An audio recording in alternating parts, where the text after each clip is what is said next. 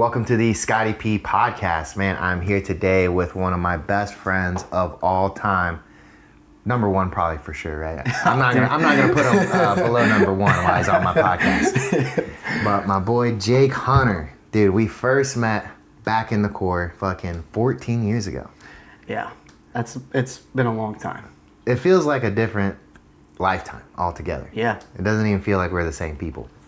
But yeah, 14 years ago, we met in the Marine Corps, dude. We were on our way to our duty station. So we finished our communication school training. So we met in communication school, right? We met in communication school, did wire training, essentially busy work, like, hey, punching these numbers all day, mostly just cleaning shit. If you've been in the military service, you know we're professional janitors. And we completed comm school, so already pretty good friends. But then we are selected for Marine Corps Expeditionary Unit as soon as we hit the fleet. Yep. And you know, it's one thing to be in a unit with somebody, but then it's another to be a part of like a deploying unit together. Then it's like you get this another level of bond because you're going through just the shit of the shit, right? Yeah. Essentially, like, hey, you're gonna go for 6 weeks. Out in the middle of nowhere, you're not going to be able to talk to nobody, and then you're going to come back for about 3 days, and then we're going to do it again. And we're going to do about 6 of these, and then you're going to go on a 7-month appointment. But yeah, buddy, tell the audience who you are. Yeah, my name's Jake. As Scotty said, I grew up in Pennsylvania. Loved the outdoors, all that kind of stuff, four-wheelers, all that stuff, and then wrestled, boxed, did all that kind of stuff too. And then, I was kind of a crazy little child, you know what I mean? Definitely needed the Marine Corps. More than the Marine Corps needed me, that's for sure. But that's nothing crazy, nothing out of the normal growing up, you know what I mean? Kind of grew up the way most people did. Well, not most people, but joined the Marines, met you, and I ended up doing 8 years. You did 8 years as well, right? Yeah, I did 7 active, and then I did 1 reserve. Right. Yeah, and then that's pretty much it. You know what I mean? Yeah, you know what's funny? Bringing up you're from Pennsylvania. For all my military folks out there, they know this. For those of you who don't know, something that you learn in the Marine Corps is that you start to be able to stereotype people based on where they're from. That's so true. So true. And so like as soon as I joined, just being from Texas, man, quickly in boot camp there were the Texas boys, and we all linked up and we all stick together. And it was like half of boot camp because there's so many Marines that are from Texas too. Yeah, and you and your buddies are pretty much be like, oh, these fucking fags. Yeah, most of the time, yeah. But anyway, so you meet so many different people because you go to boot camp and then you meet a whole group of people, and then you go to combat training, you meet a whole another set of people. Then you go to comm school or whatever your MOS training is, and then you meet a whole another group of people. And all these groups of people are going to be, like, you start to meet the same types of guys from Puerto Rico, the same types of guys from Hawaii, right? Yep. And it's just so funny. So, like, I had states that I knew if you're from certain states, you're going to be a fucking weirdo or a loser. Right. And I had certain states, like, I'm going to be able to rely on this guy. Yeah. Right? And those states were Pennsylvania, Ohio were like the state. I always met good people from Ohio and Pennsylvania. It's like the north, that north area. That little section, yeah. Yeah, like even I think Iowa's in that little section, isn't it? Right? There's some good people from Iowa. It seems like that, if you grow up in that kind of rural. Right. You don't have much, so you're not a fucking douchebag. Yeah, you play outside a lot. You kind of like you have like a different. You're right. It's like a different personality when you're from up there. And I don't mean to throw any hate out there, but every fucking guy I met from Wisconsin. Oh, Jesus Christ. Bunch of geeks. The Midwest pretty much in general. No offense. Someone's on there like, oh, I'm fucking bullshit. No, I met a couple. No. I not Wisconsin. It was Michigan. Yeah. Dude, Michigan. I mean, it's the same thing, right? They're like right next to each other. That's what I'm saying, yes. Dude. But yeah, if I met someone from Michigan, dude, there's a good chance they grew up in their grandma's basement. Probably. And I think it's because it's too cold to go outside. Yeah, forget that. I would too. I would never go outside if I was from there. It's so cold. And it's cold in Pennsylvania, but not that cold. Yeah. You know what I mean? And he was like, you know, what sport did you do? I was a swimmer. Yeah. It's like, no, you can't have no swag. That's not a sport. That's like a hobby. We all swim. I get it. You do the butterfly stroke a little better than me, I guess. Shit. But anyway, so one sad thing, like one joke that we always make is that you ended up on the 11th Mew, and we ended up on the 13th. And yeah.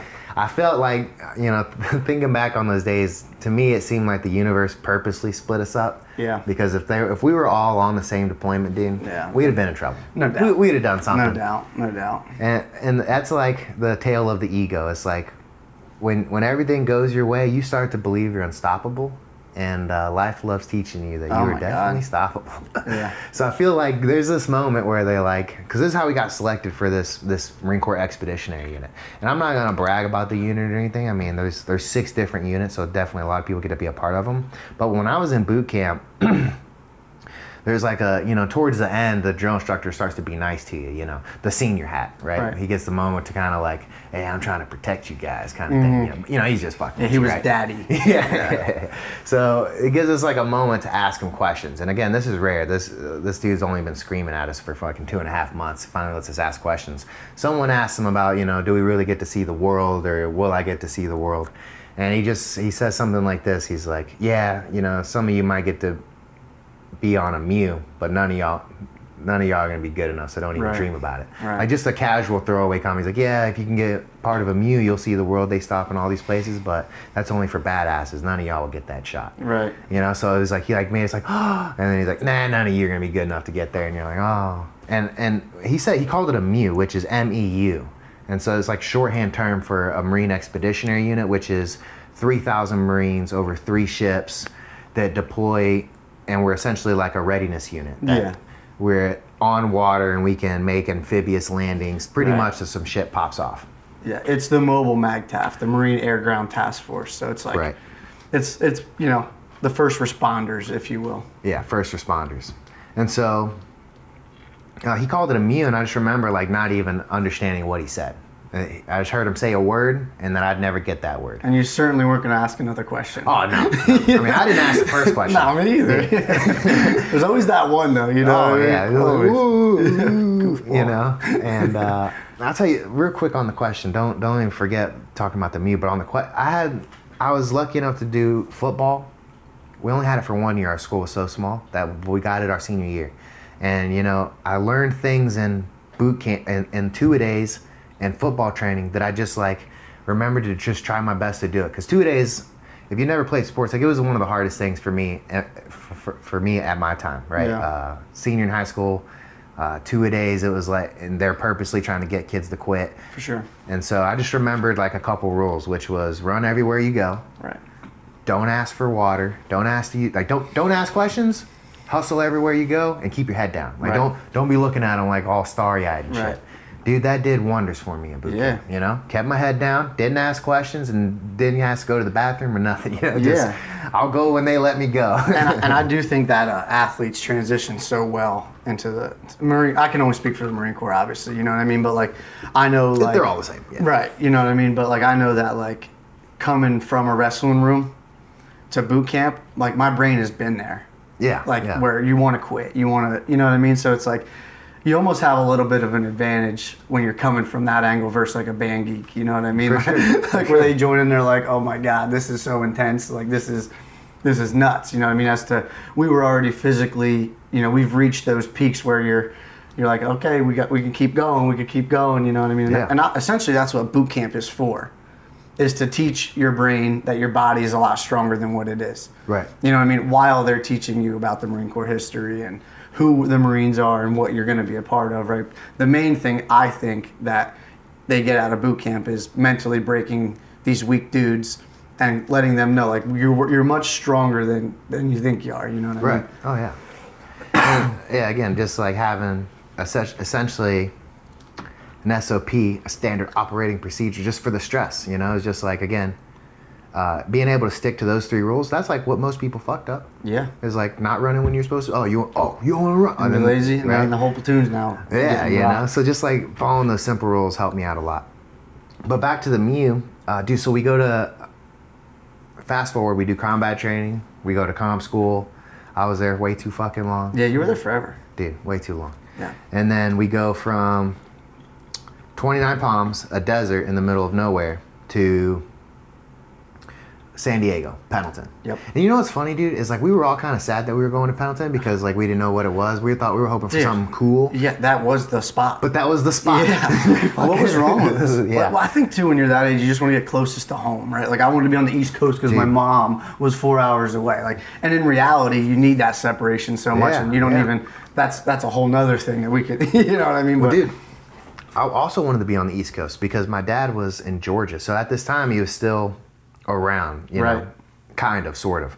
And so I was hoping I could get to the East Coast too, because then I was like, oh, then maybe I'll get to see him, you know, sometimes. Right. And then we all go to Pendleton, and dude, it's just fun. I remember a lot of us being pissed. Yeah, we were just like, what the fuck? It was like, we don't even want this place. What the fuck, man? We got to go to a place where there's a really nice beach. And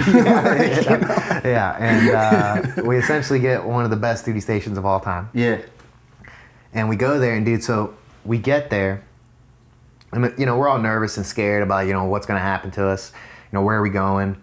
And essentially we're all sitting in a room in our alphas. So, which is like, you only see this uniform like in fucking movies, essentially. It's all green. I don't even think they have them anymore. They need to get rid of them things. They do, they're gross. But they're made out of wool, like they're annoying, and they got a whole bunch of regulations, so. They won't ever get rid of them though.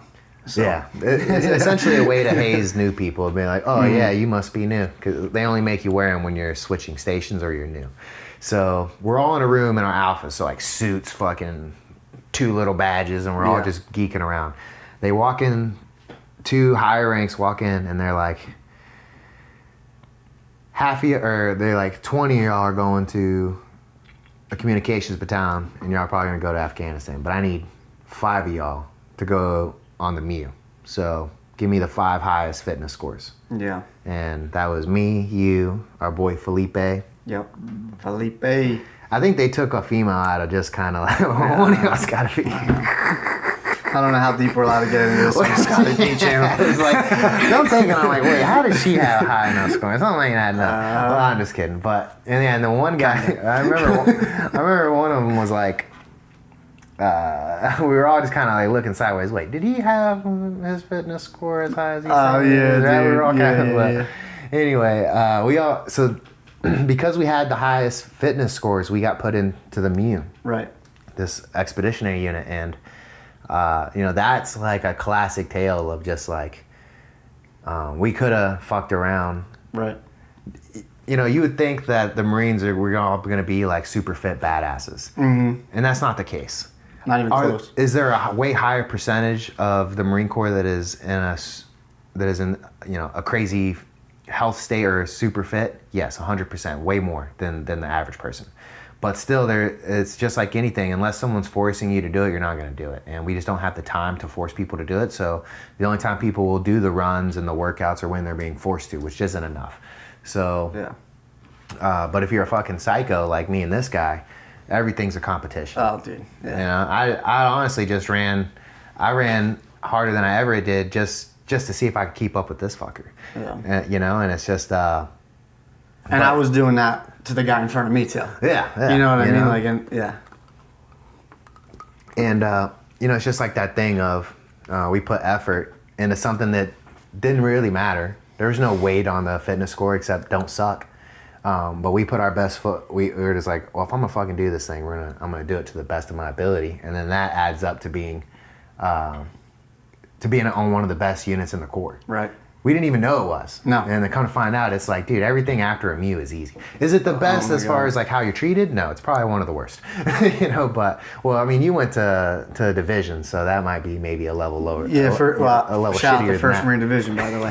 But Blue yeah, Diamond, a bunch baby. of grunts right now. Blue Diamond, Blue Diamond. But yeah, I mean, you know, back to kind of what you were saying about the physical fitness guys, because like you're saying, it kind of the guys who were the top in physical condition obviously put the extra effort in, and they wanted to send the best product down to the MEU because if you sucked, they were going to send you back. Right. And they didn't want to be embarrassed like that. You know what I mean? Yeah. 'Cause that's the whole thing in the Marines. Like, you don't want to get embarrassed by, like, ever. Because when you get embarrassed in the Marine Corps, it's an event. And other people, you can take other people's shit, right? So it's like, if you're higher than someone, you're higher rank, and you send them one of your guys, and then that guy fucks up, it's on you. Everyone's coming to you and like, hey, why are you sending me shit bags, dude? Your whole unit shit or what? And you're like, and then, but they're gonna do that in front of everybody to embarrass you. Yeah, and not behind closed doors. No, Everybody like I said, when you're getting embarrassed in the Marines, it's an event. It's a public thrashing. Well, that's like and we were talking about this yesterday. That's like the hugest thing in the military is that it runs on shame. Right. The Marine Corps runs on shame, and in today's age, shame is bad. Like, oh, don't shame your kids. We should be inclusive. Everyone's body inclusive. Everyone's inclusive about everything. About everything. Don't hurt people's feelings. Oh my God. Well, in the Marine Corps, it was like a goal to hurt people's feelings. Yeah. You know? You don't want to get caught lacking. Yeah. You know what I mean? Like, and so what that does is it makes everyone on the same team. When you would think that it separates people. And obviously, like, that level of stress can be very isolating. But for the most part, it brings everyone together. Because now, I'm the kind of guy, dude, I'll tell you all right now, I'm the kind of guy that just doesn't really listen to rules. If it doesn't make sense to me, I'm just like, man, fuck that rule. Right. You know, I don't know why I'm like that. Maybe it's because my dad wasn't around to fucking make me listen. Well, you know? Something in my brain goes, you know what's funny, dude? When I went to I did the embassy guard duty program, and you have to sit in front of a board of like psychologists, and they gotta like evaluate you so that you're not selling secrets to the Germans, right? You know, or to the Russians. And right? I mean, it makes sense. And so they're talking to me, and like, dude, right off the bat, as soon as we start the interview, they're like, "So you got a problem with authority, huh?" And dude, I'm like, I never considered that I did, you know? Yeah. I usually just, try to hide, you know? I don't want to be fucking singled out. So when they said that to me, dude, and over the time as I thought about it more, I'm like, yeah, I really don't like it when people tell me what to do. Yeah. Anyways, but when you're faced with this idea that, you know, you're going to hold everyone else back, it's like, you can do whatever you want. Be the guy if you want. But just so you know, everyone else will suffer because you're not on the same page. And these rules we don't have time to explain every single rule to you. These rules are here for a reason, and you kind of got to put in the faith and trust that they're here to save your life or to help you, not to fucking And that's hold you where back. that's where the not asking question thing resonates, right? When you're in combat, and it's not like, you know, they say, you know, you run across this knoll or whatever. It's not why. It's you're running across that knoll because that's your job. That's what you got to do today. We ain't and got there's no time to say yes or no or fucking or why. Whys. Yeah. You know, at that point, it's easy to follow the rules because I just don't want to be the guy, you know. So we got inspections, we got to clean the room. You know, you got room inspections, uniform inspections, hygiene inspections. All these things, you just don't want to be the guy. It's like, hey, what do we got to do? I'm going to do it so that when we all wake up in the morning, I'm not the one being yelled at and I'm not getting my buddy in trouble. Well, that was really why we did it. Exactly. Because you didn't want to fuck your buddy. And like you said, like we used to say all the time, don't be the one and individuals kill. Right? Because there was always that one dude who wanted to be an individual that day, just not go with the flow. That messes up a perfectly good Wednesday. Like, and for people that have never been in the service or know nothing about it, a Wednesday can get really long. Yeah. And I mean long. Yeah. You know, we're starting this bitch off at 5:30 in the morning. It's up to us if we want to go home by 4. Right. But if we don't, no one cares. Like, they'll keep us there till 8, 9, 10. Like, they don't care. You know what I mean? So it's like, if you just do the basics, right? Stick to the, get all that stuff done. It's going to be easier. But there's always one. Yeah. There's always one.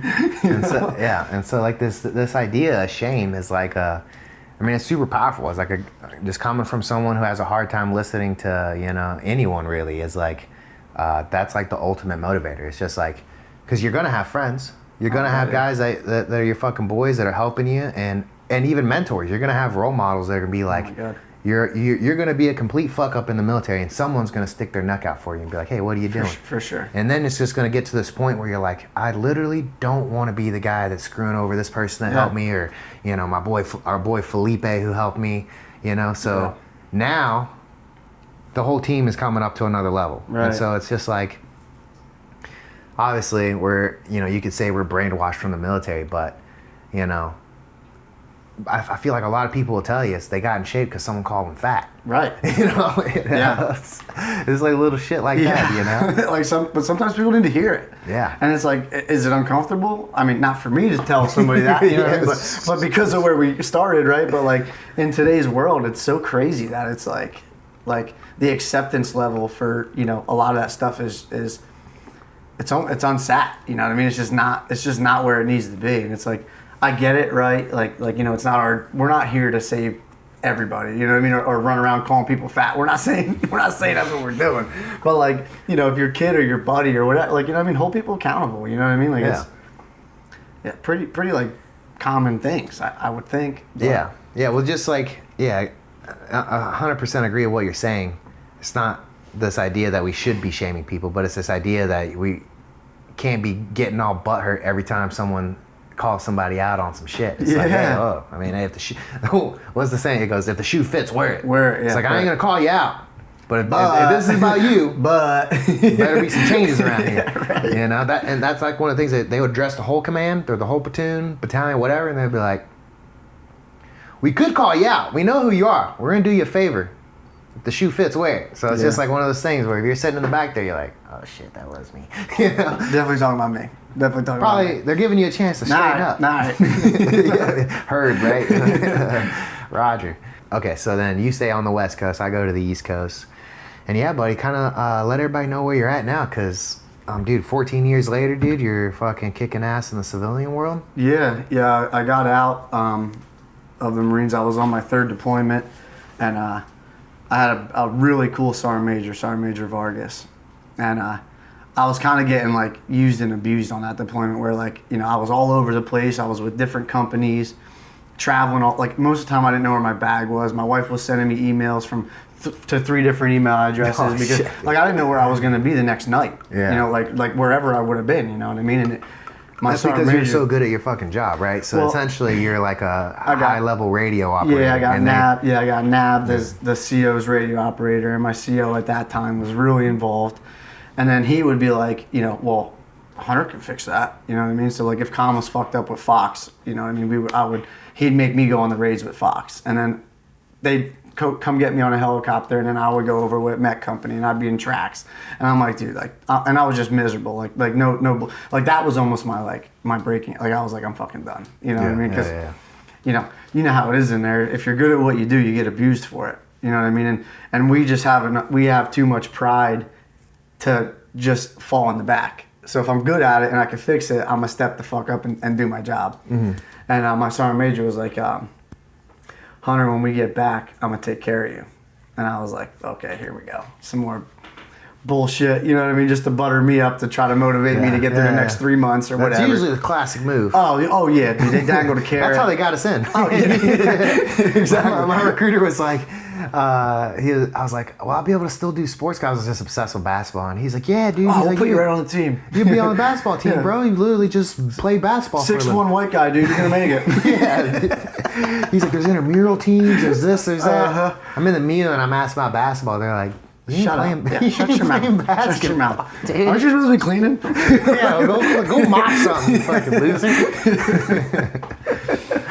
So I get back, and my Sergeant Major, like I said, Sergeant Major Vargas, and I wanted to reach out to him on social media and just tell him thank you, because he actually did come through. And so we get back, we check back in. Of course, they try to throw me back in headquarters company, because we're all consolidating back to the. And my Sergeant Major's like, he ain't going back to headquarters.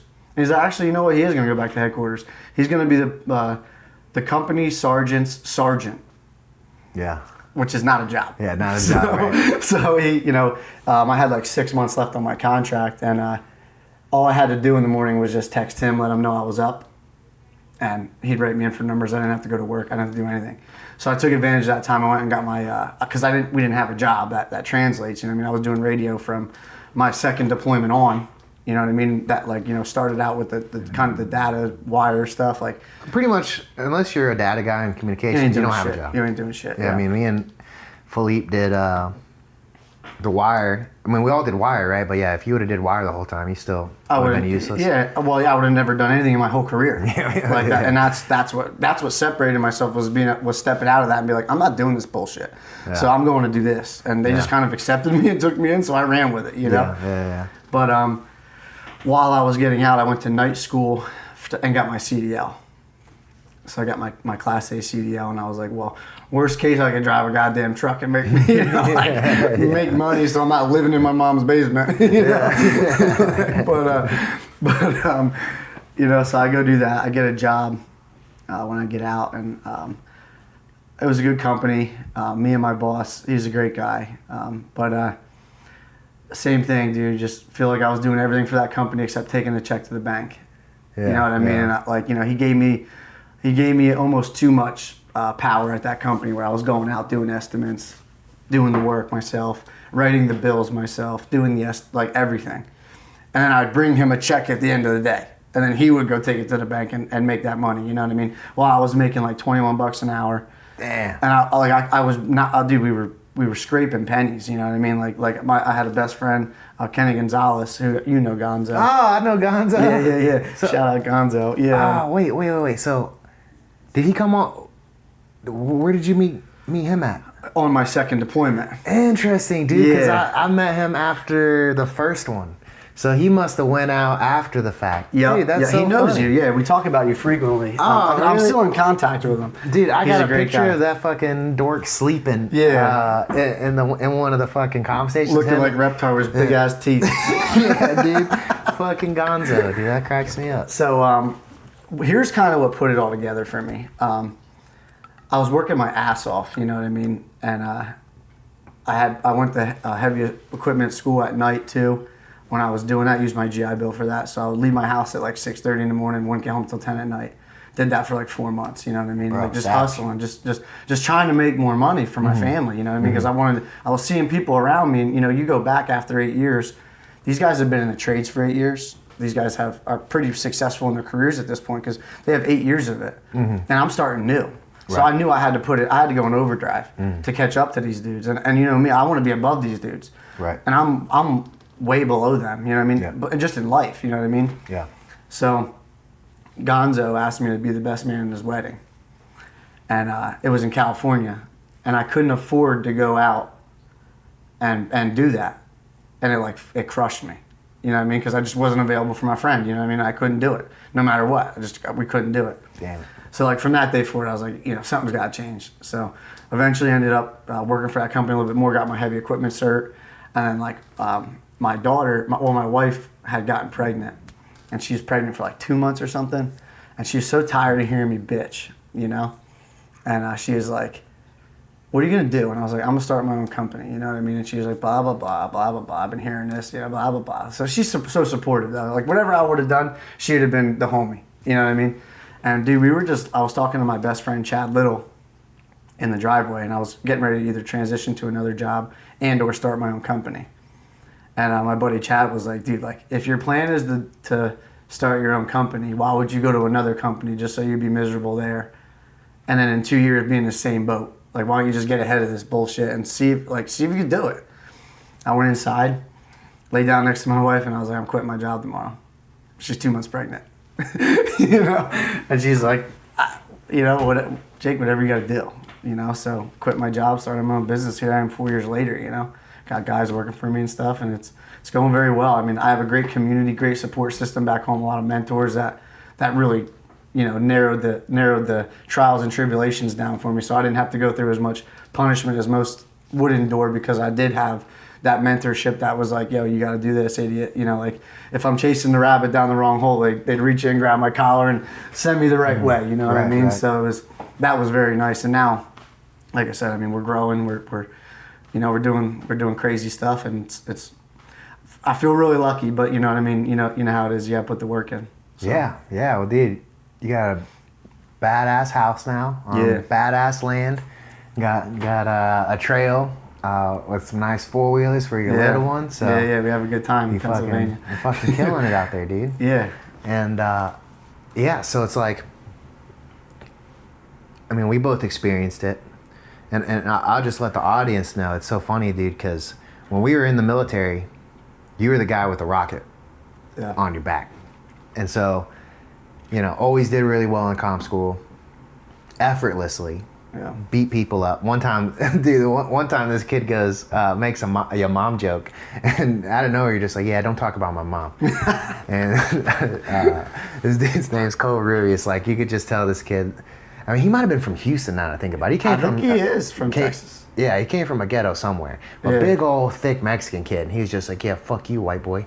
And you were just like, well, okay, well, I'm just telling you, don't do it again. And the dude was like, no, fuck you, I'll do whatever I want. Fuck your mom, fuck blah, blah, blah. And dude, you just like beat the fuck out of him. Yeah, I did. And so it's just so funny. Again, doesn't get in trouble. We've seen people get into fights and then just go fucking in trouble. Yeah. This guy somehow just gets away with it. And so, again, just a wild man. And that's one fight. I mean, he got into like 4 fights while we were there. Yeah.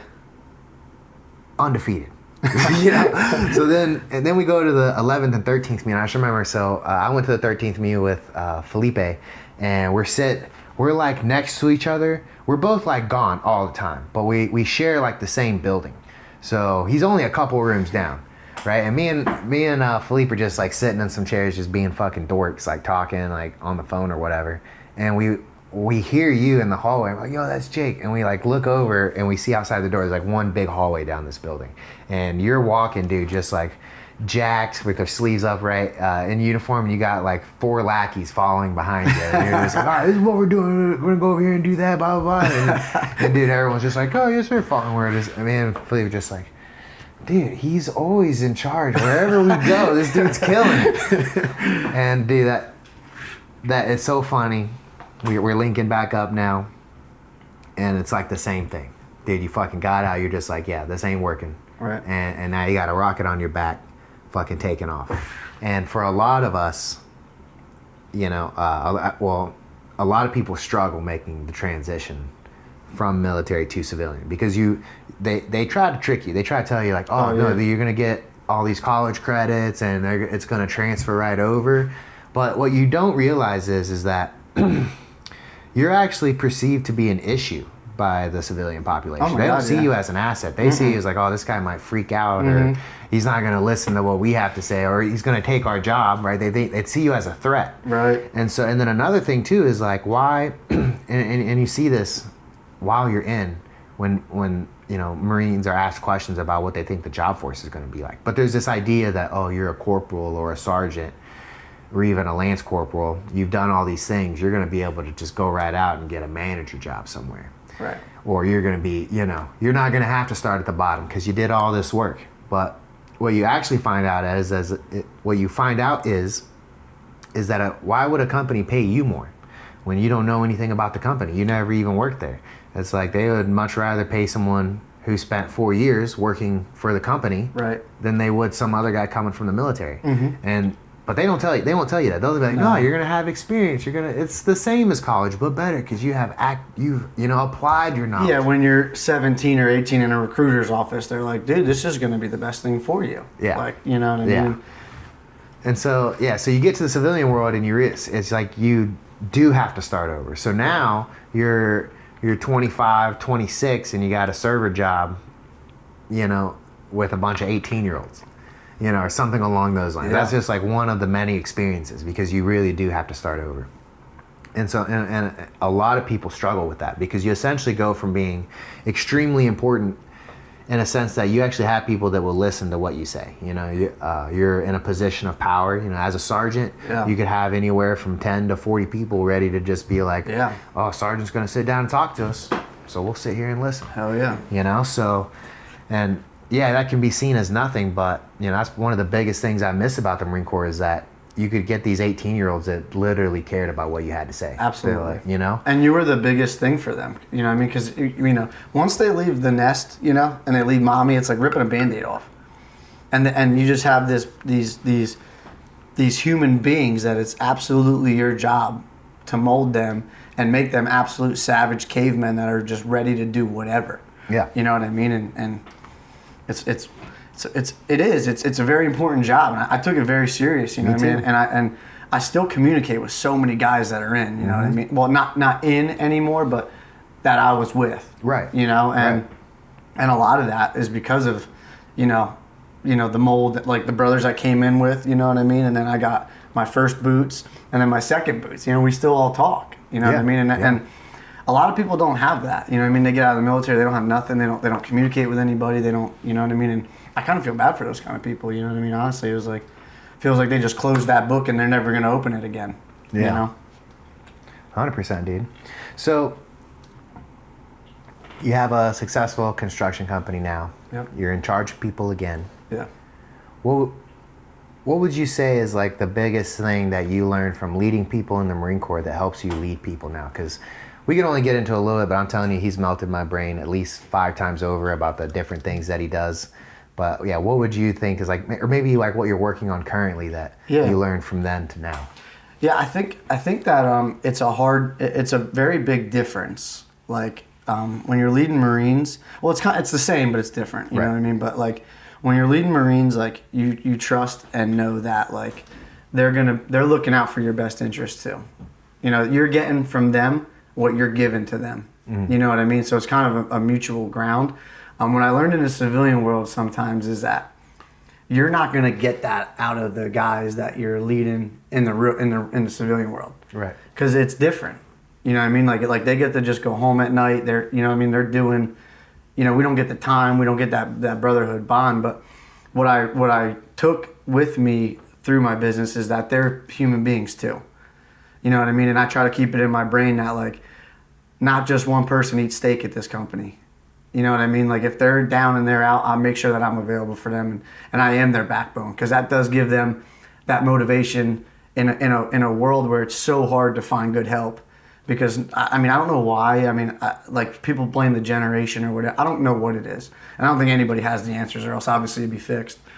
But I think you got to try to give them a reason to get up in the morning and be excited about coming to work for you.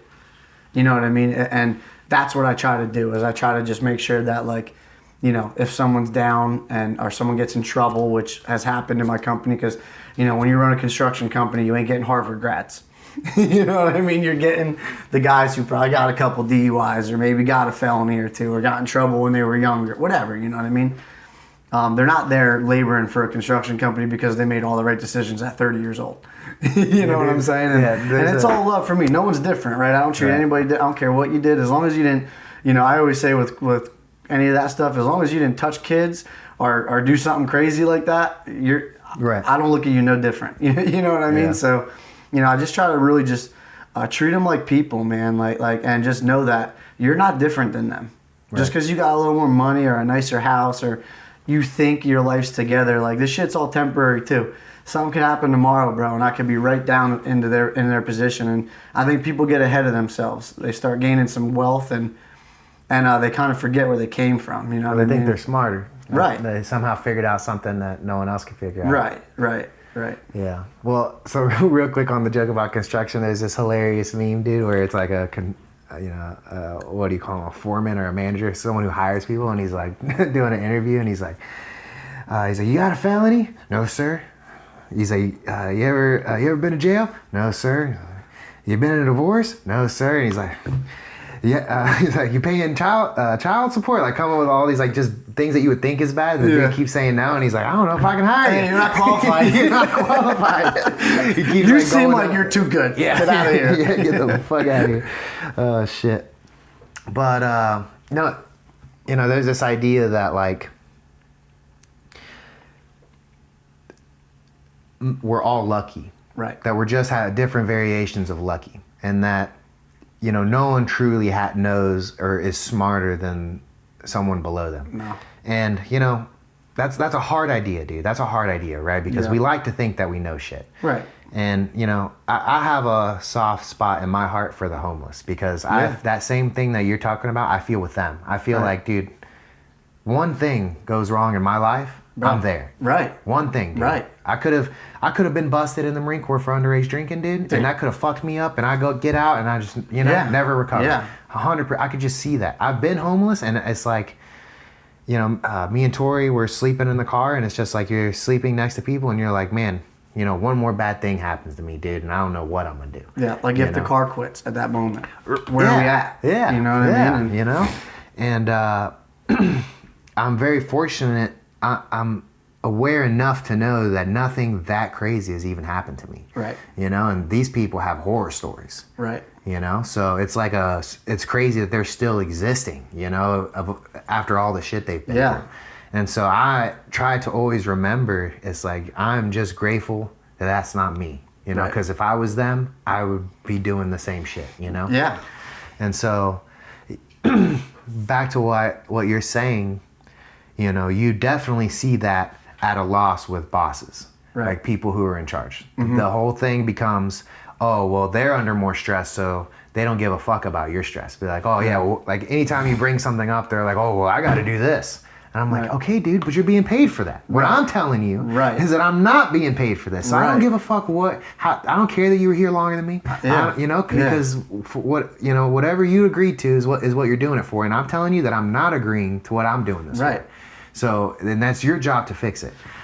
And one of the number one things I learned too, dude, that I try to tell people is like, if you are in a position of power, like a manager or whatever, you're no longer fucking super bartender or super fucking server. No one gives a fuck. You are a true handler.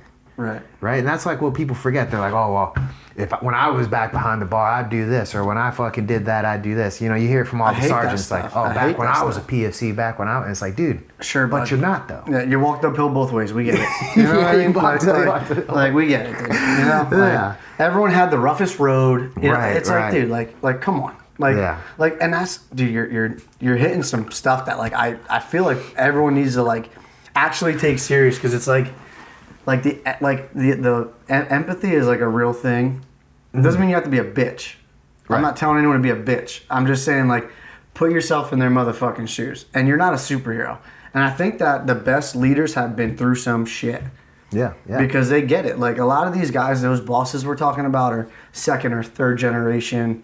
That, you know, and no hate on anybody, you know what I mean? But like, their grandfather had the company. Then their dad took it over. Then the kid's taking it over. Mm-hmm. Like, bitch, we know that it's a lot different than what the hell we're talking about. Like, you didn't have to deal with or go through starting from the absolute bottom. Right. But somehow they still like to try to say that they did. Right. And it's like, bro, just own it. And be happy that you had good parents and a good family and generational wealth coming your way. Like that's what I'm trying to build for my daughter. Like, you know what I mean? And my family is like, and you know what I mean? The moment I would ever hear my daughter be like, my life was so hard, I would be like, well, and again, we're young. So who knows? Anything can happen, right? Like, but knocking on anything, right, that nothing does go that way. Like, she's going to have a different start than I did. Yeah. And that's no knock on my parents or whatever, but like, my dad was a crackhead loser, you know, like, you know what I mean? In and out of jail his whole life. My mom, you know, had abusive husbands along, like, all sorts of bullshit, you know? Yep. And like we were talking about last night, like, our moms had us young. Yep. With no support. Yep. So what the fuck could they teach us? Yeah. My mom taught me about being resilient and having a good heart. Yeah. And I love that she did that, because it's carried me through so much shit. You know what I mean? Right. And I do think that it's like, you know, when you're a boss, this is talking to the bosses. Like, remember that you are no different. I don't care that you're rich, dude. I don't care that you have cool cars. I don't care that you have a nice house on land and you have a white picket fence and you have a beautiful family. Like, that kid doesn't. And your job is to make sure that kid is eating good and doing good, because he's coming in and making sure that you're getting the nice house. He's doing that shit for you. So take that serious too. You know what I mean? And you're, dude, my last boss was, like I said, I love him. It's all respect, but like, greedy. Like, dude, it would be a war to ask for another dollar.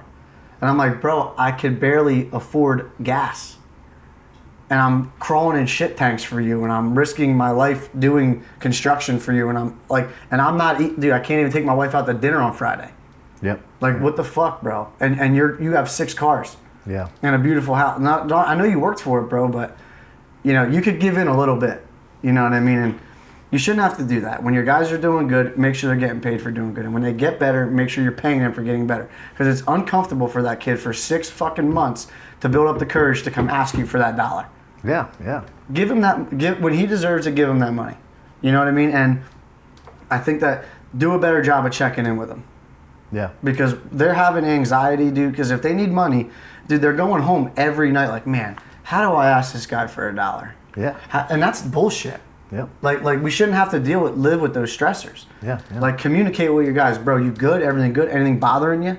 Something you need to say? Like we're this is a team. You know what I mean? And you're only as strong as your weakest link on a team. We know that. So it's like, you know, if they need something, bro, you got to be available, and if they don't qualify for that dollar, write them on a list, wickets of what you need to do by next month or 2 months to get that dollar. Don't leave them hanging. You know what I mean? Like let them know how to progress, let them know how to be better, so they can get to the level that they want to get to if they're not doing it now. Because the point is in order for them to make more money, they got to make you more money. So, as long as we're all tracking on that, yeah, like we're good. You know what I mean? And my guys have never had to ask for a raise, and I take a lot of pride in that. Yeah, you know? Yeah, that's all next level shit, dude. Yeah. Most people in charge aren't thinking that way. Right. You know? And dude, you're making me rethink how I need to, you know, address some shit. But dude, you're 100% on, dude. And you know, in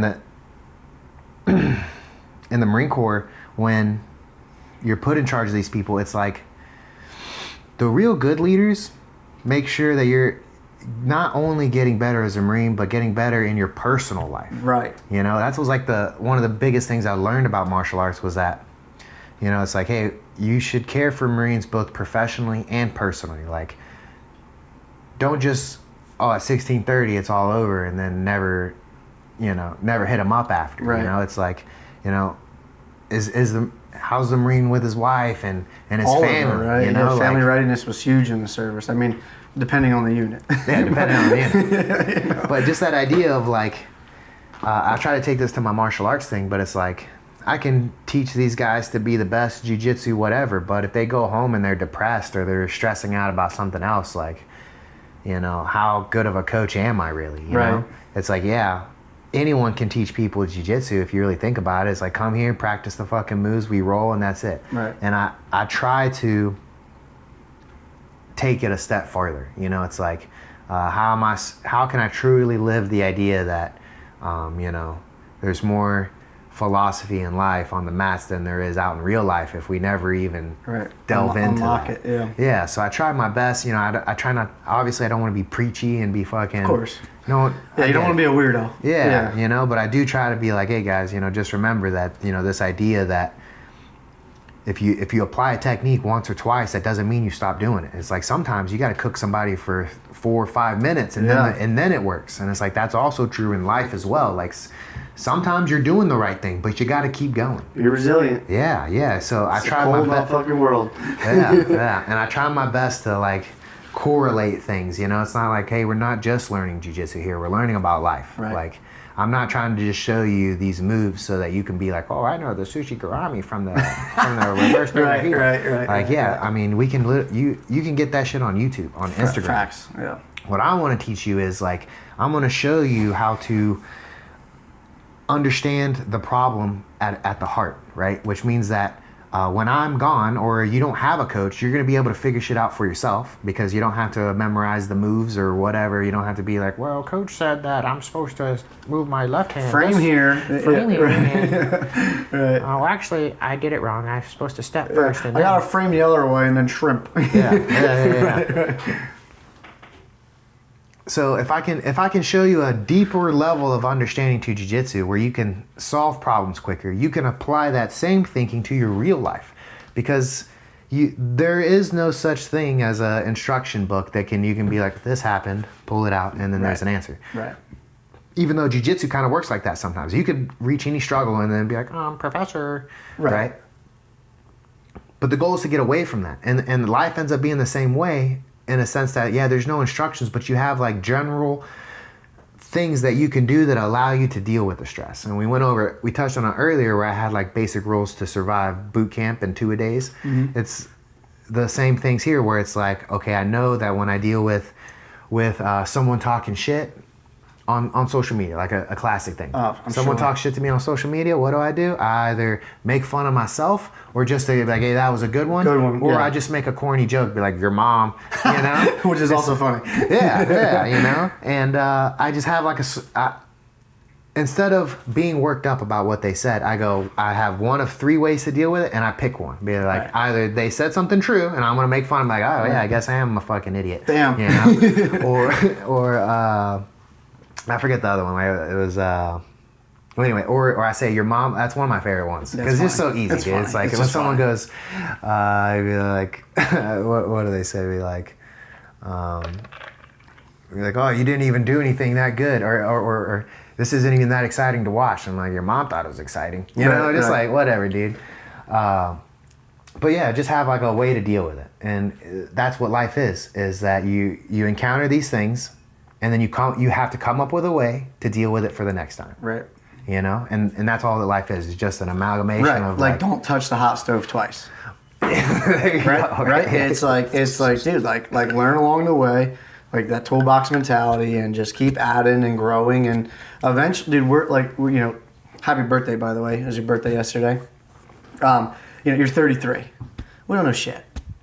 Not a fucking thing. Like we're learning, bro. Like we're gonna go talk to a 50-year-old. He's gonna be like, "Yo, idiot! Yeah, hit this cheat code and you're back in." You know what I mean? But you know, like obviously, I've been watching your podcast for a long time, and I always feel like you have a lot to say. I feel like we haven't, on this Scotty P channel, got to talk about you enough.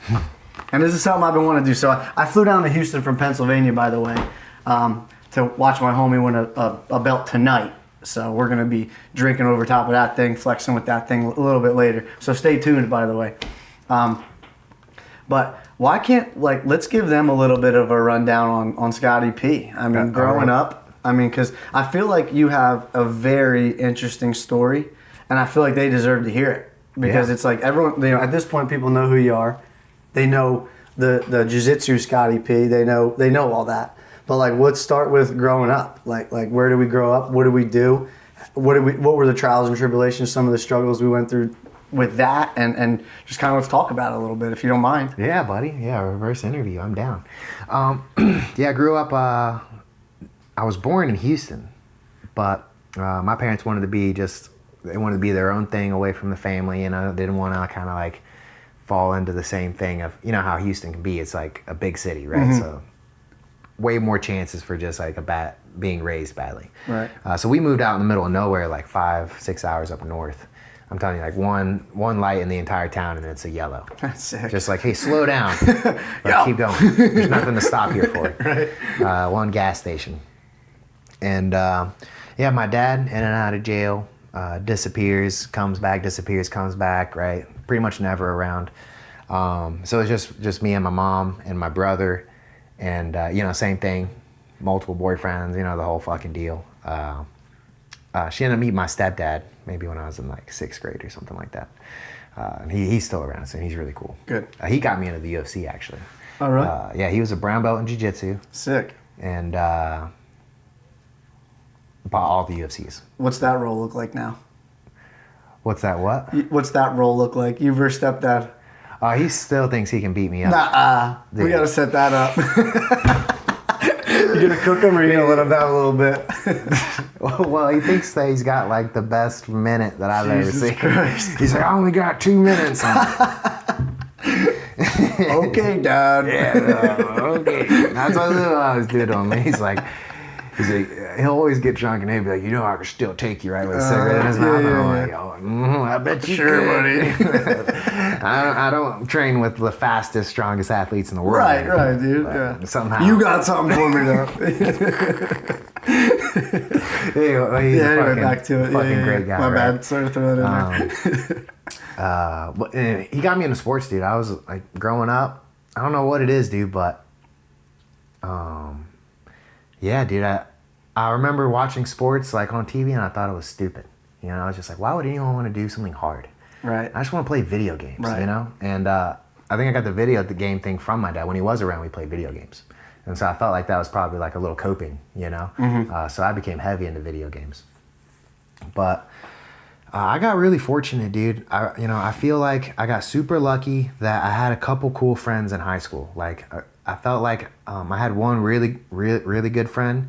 He actually joined the Corps with me, and he was the one that convinced me to go. And I felt like he had the same life as me, except he was just a lot more hardcore. Like, he was a fucking man. Yeah, like intense and shit. Yeah. Well, dude, freshmen's, he's hanging out with the kids, the seniors. Right. You know? And that no fucking senior wanted to hang out with me. And that right there, lets you know what I mean? Know, He's like levels ahead, right?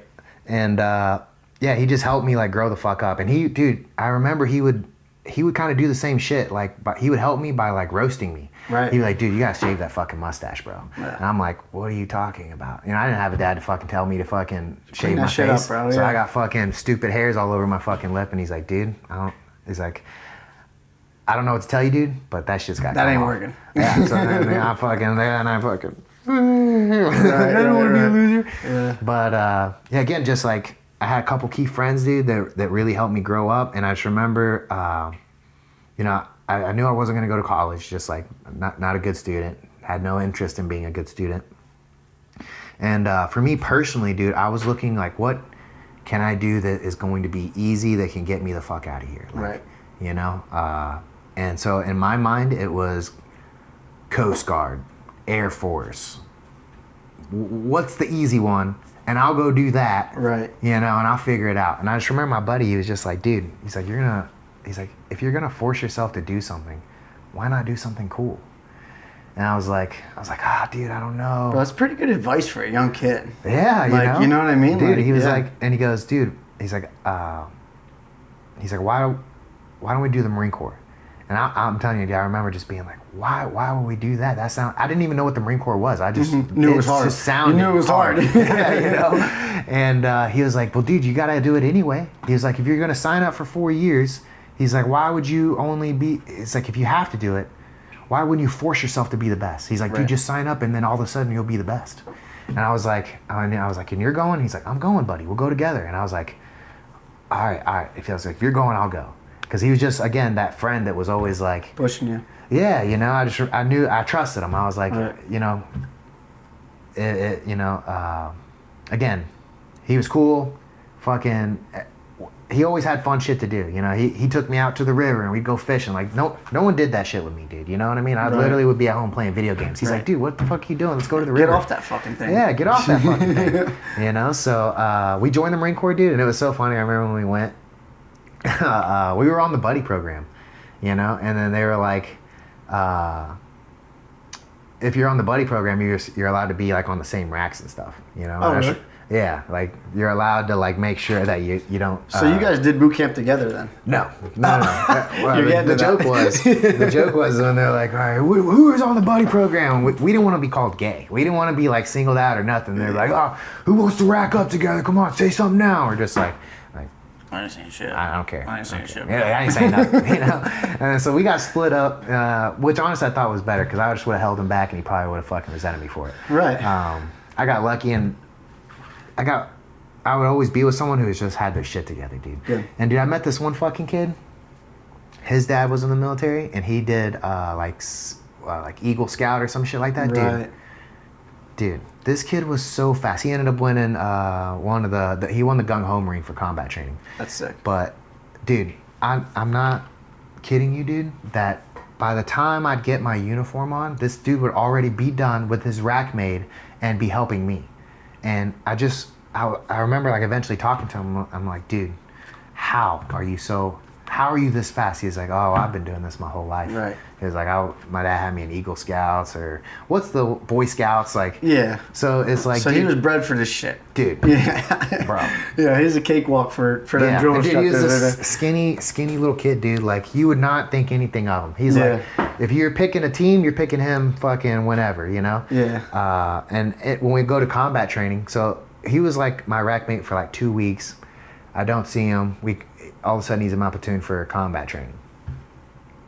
Well, dude, they put him against this is the end of combat training. They put him against a fucking 2 guys that were in the fucking, they played D1 college, like fucking jacked, like super smart guys, right? Like everyone's like, oh, I think one of them was in the NFL or something. Like, oh, really? Yeah. Yeah, just like they're fucking huge and handsome, you know, like the shit's easy for them. Everyone's being nice to them kind of thing. And then another guy, dude, he smokes all of them. Because for the test for the combat training for the Gung Ho Marine is you got to disassemble and assemble a 240. Right, and then you do something. Combat, and then you do the CFT officer or some course. bullshit. Oh, yeah. And then they had to run up a hill and come back. So Kid murked them. Dude, he made it all the way back before they literally were just like, yeah, you're done. You can just leave now. Like, they couldn't even figure out the 240. What the fuck were they even there for? Well, bro. Well, yeah, why would y'all even put them up there? And just so you understand, like, disassembly, I'll admit this right now. There's no way I could have done that. Right. Like, when everyone's around, people are like, you know, it's crazy. Yeah, you can kind of figure it out when they're testing you on it, you know, because if people are helping you and you're kind of like, but if you're like, someone put a timer on me and was like, do it by yourself, there was no way I could do it. Right. This kid, I'm telling you, dude, he's like pulling the shit out, fucking like fucking Forrest Gump, dude. Like, God damn it, Gump. He's like, what is your purpose? He's like, to do what you tell me to, drill sergeant. He was him. That was this kid, but super smart. Yeah. Again, so he disassembles and assembles a 240, does the obstacle course, runs all the way up this like mountain of a hill, and comes back before the other guys are even able to start the obstacle course. So that to me was an eye opening on what a kid can do. Like, here I am, I'm struggling with everything because I've just never experienced any of this before. Just waking up when I'm supposed to is a difficult thing to do. Right. Right. So, and then I gotta fucking put on my unit. I was just slow at everything. Yeah. And this kid, I'm telling you, was so fast, and it's just like, because he's been here. He's like, this is another day in fucking life for me. So, anyways, yeah, huge piece there. But yeah, dude, I felt like I just got super lucky. I ended up going to the 13th MEU, dude. Traveled the world doing that. Did pretty well for myself. You know, I experienced what happens when you fucking learn shit and you go above and beyond. It's like then you're not allowed to go nowhere because they want you to stay behind and fucking lock you down. Yeah. They're like, I remember like there were opportunities to leave the ship, and they're like, yeah, nah, how about you stay because you know this and we don't want anything going wrong, and we'll send these other people out. And I was like, well, I guess I'm gonna get to go nowhere cool. Right. Even though that's what was promised to me to learn all this bullshit. Right. But yeah, man, and then. I do have a crazy story in the military, dude. It's kind of like my defining story for the military, and I'll get into it real quick. But at the MEU, there's the guy above me just did not like me, dude. Right. I don't know why. I think it was. I think he saw me as a threat of some sort. Of course. You know?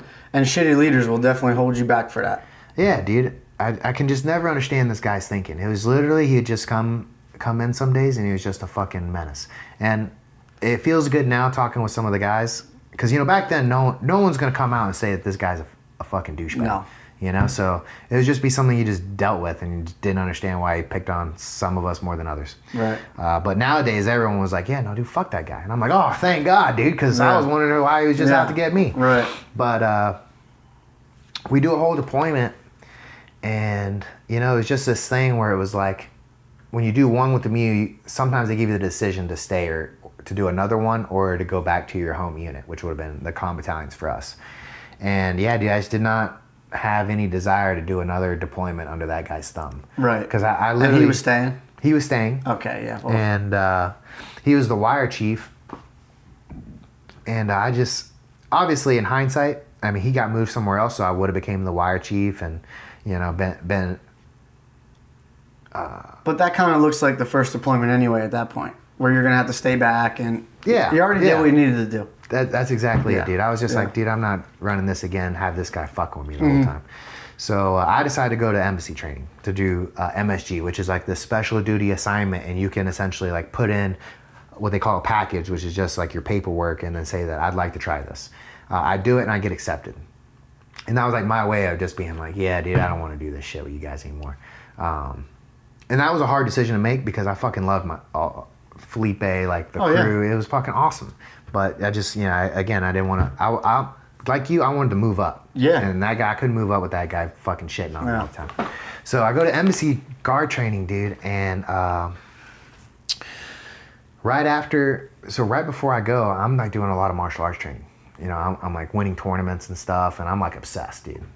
And I go to this embassy guard training, dude, and I'm thinking it's gonna be like fucking Jason Bourne type shit. Like I'm gonna be fucking a super badass. And I realized quickly that it's not that. It's not. Yeah, it's not at all. Super diplomatic. You're wearing a uniform all the time. You're there for show and tell. Really, is what it is. Yeah. And dude, so I get there in January. It's cold as fucking Virginia, Quantico. And that's cold for a Texan, by the way. That's cold as shit, dude. It's cold as shit. And dude, I get there and First thing, we get put into these attachments, and dude, the guy who's in charge of my detachment ends up quitting like 3 weeks in. He finds out he's gonna go to Afghanistan. He falls under the don't ask, don't tell policy. Okay. And he's a word dodging hippie. Well, yeah, he pretty much finds out that they're like, hey, they tell him, they're like, because they try not to send families to Afghanistan because they just end up not making it. Right. It's just too stressful. Because the woman has to be covered up, can't really go out, a whole bunch of rules. So just leave her home. Yeah, well, they try to send single Marines for that. Right. And then if you can imagine, this guy being the only single one out of the det commanders, because the guys who are in charge of these detachments are also going to school. They're learning how to run the MSG. Yes, Okay. to run whatever base they get sent to. Right. And so they get there earlier than us, and then when we arrive, they're like, you guys are my detachment, whatever. And we have a gay guy. This dude's cool as fuck, dude. Sure. He's literally like, hey guys, I'm trying to survive, y'all survive, let's just survive this together. Okay. And dude, that's like another level of cool, when you're not fucking like, Well, that's the thing too. Like, it's like there's a misconception. Like, no one cares that you blow dudes as long as you're a cool dude. If like, you're cool, yeah, like, dude, we don't give a shit. Like, exactly, you know dude. what I mean? Like, I'm telling you, that was the whole Yeah. vibe. Like, yo, this guy's fucking cool. Yeah. Because, dude, of course you get the fucking staff sergeants that take their shit way too seriously, and they're like, oh, we're gonna be the best. We're gonna be up before everybody. We're gonna be up studying longer than everybody. We're gonna be PTing every day. And it's just like, those are the guys that are struggling. All their Marines are miserable. They're just like, we can't wait to get deployed to wherever. And most of those geeks have 3 ribbons, haven't done anything. Like, it's one of the classic guys that gave me a bunch of fucking shit, dude. I ended up getting put in this guy's detachment. So, real quick. So, when our guy finds out about 2-3 weeks in that he's gonna have to go to Afghanistan and that he's not gonna be able to be who he is over there, he decides that he doesn't want to do it, so he drops out. So then what they have to do to us is they shotgun us out to different groups, and that's super shitty at this school because everything's based on peer reviews. A lot of it is. So dude, so now you're getting to a new detachment. You haven't had time with these guys. Now they got to write on you. Yeah, essentially immediately. So I went, dude, my first detachment, bro, I was number 2. Right. I know, maybe number 3, because there was another guy. You knew where you were at, though. Yeah, top 3, bro. I'm telling you, top 3. The only people who beat me was a fucking sergeant who also did MMA, fucking jacked, like handsome. Yeah. Of course, this guy's fucking Mr. Charisma. We're tracking. And then a guy from he wasn't as reliable as me. So, like I said, I felt like I was number 2, and then there was like a funny Australian guy. But dude, I was like comfortable, dude. I was like, dude, I'm fucking running this bitch, bro. Yeah. I get shotgunned to another group, and dude, the fucking guy in charge of this group's a tanker. Oh god. So 29 Palms rat. Dude, this motherfucker the whole time is like, combat MOS, and it's like, dude, if you have to do that, just what are we doing here? Yeah. You know? Fuck's the last time we used tanks? Yeah. Anyway. But, he's one of those guys, he went through some shit. I'm not going to sit here and pretend like that dude didn't fucking do some shit in Afghanistan. Or Iraq or wherever the fuck he went to. But when your whole thing is to be like, I have this story, I'm going to make sure everyone knows. Then it's just whack to me. Then I'm just like, dude, I don't even fucking care. And it's not applicable. Yeah. It's like, bro, we get that you did that. Respect. Keep telling your mom and your family that shit. But this is today. Yeah. We're talking about today. Like, we all have cool stories.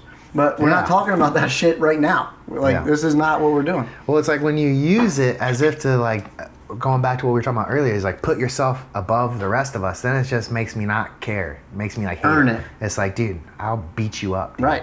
You know? And maybe that's my own cockiness as a MMA. I was super cocky, dude. Yeah. I trained MMA. I thought I was Well, fucking... you were talented too back then. Well, and I mean, for the audience here, it's like, a lot of people in the Marines don't fight MMA or martial arts. So Or take care of themselves. Or take care of themselves. And the top 10%, I swear to God, could beat the whole world. Oh, yeah. The rest of them are there just to look pretty. But, That's a good one. Yeah, but like that's like they say there's 200,000 strong. It's like, yeah, but we only really need 20,000 of them.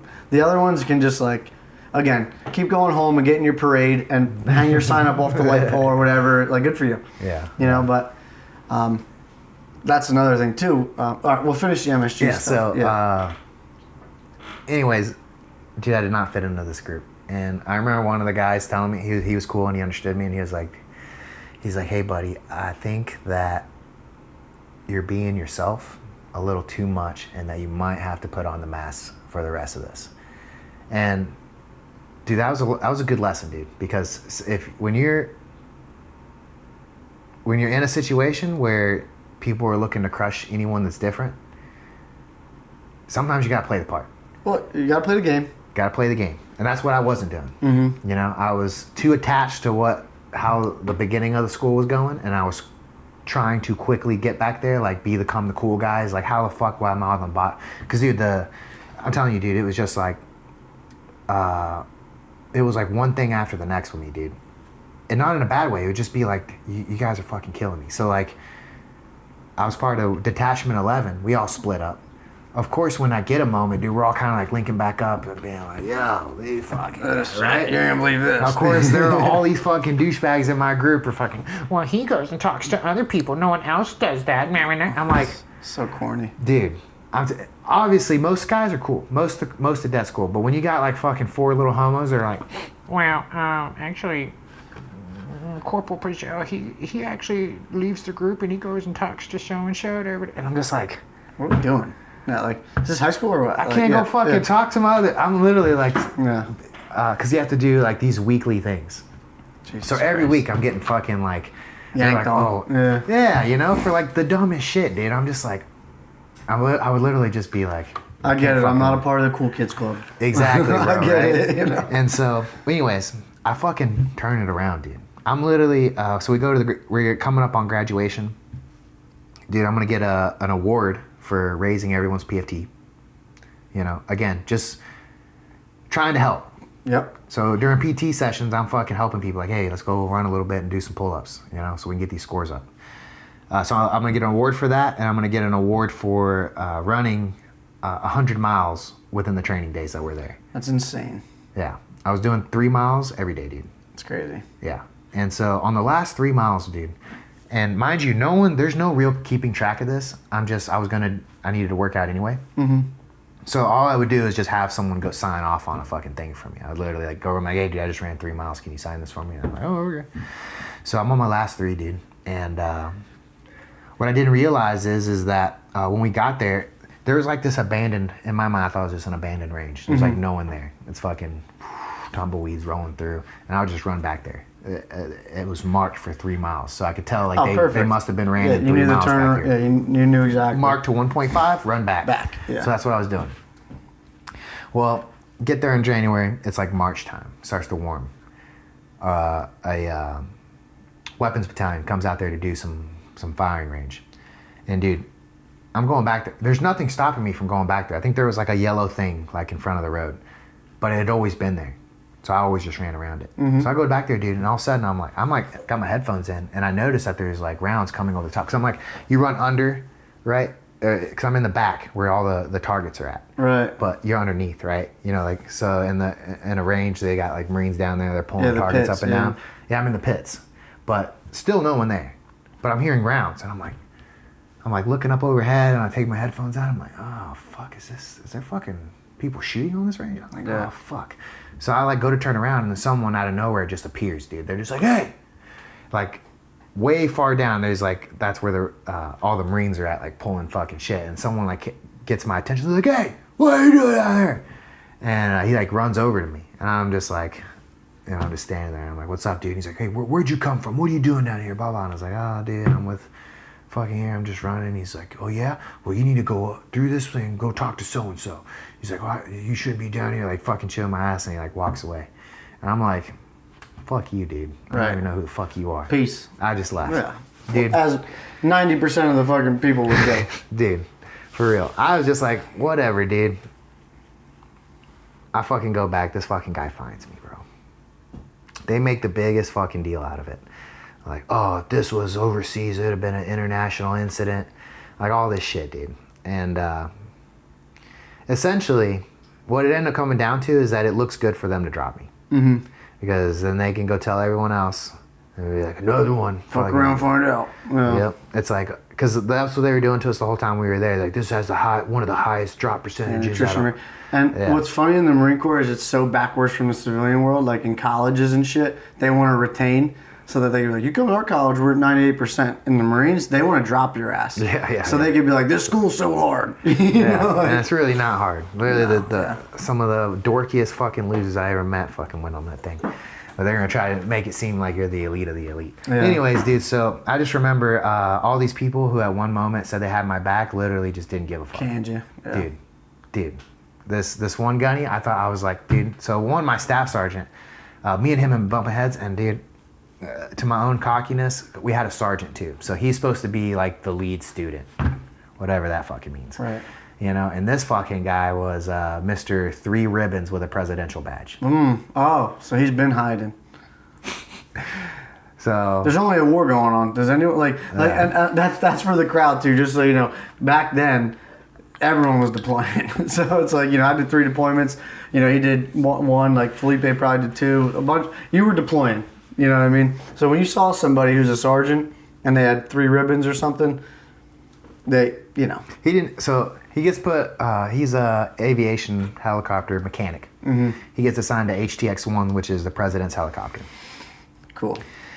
So this guy, if you get a part of HTX-1, you get a fucking presidential badge. So this dude gets this presidential badge is pretty cool. It's in the Charlie uniform, and it's a fucking fat fucking badge on the pocket. I've never even seen it. He's never seen it. So anytime someone sees this guy, everyone's like, oh, ooh, what is that? Ooh, what is that? It's like he's the coolest fucking thing. Mind you, again, only 3 ribbons. That means he did fucking not a fucking thing. Yeah. But because he has this fucking extra pretty ornamental thing on his uniform, everyone's always like sucking his dick.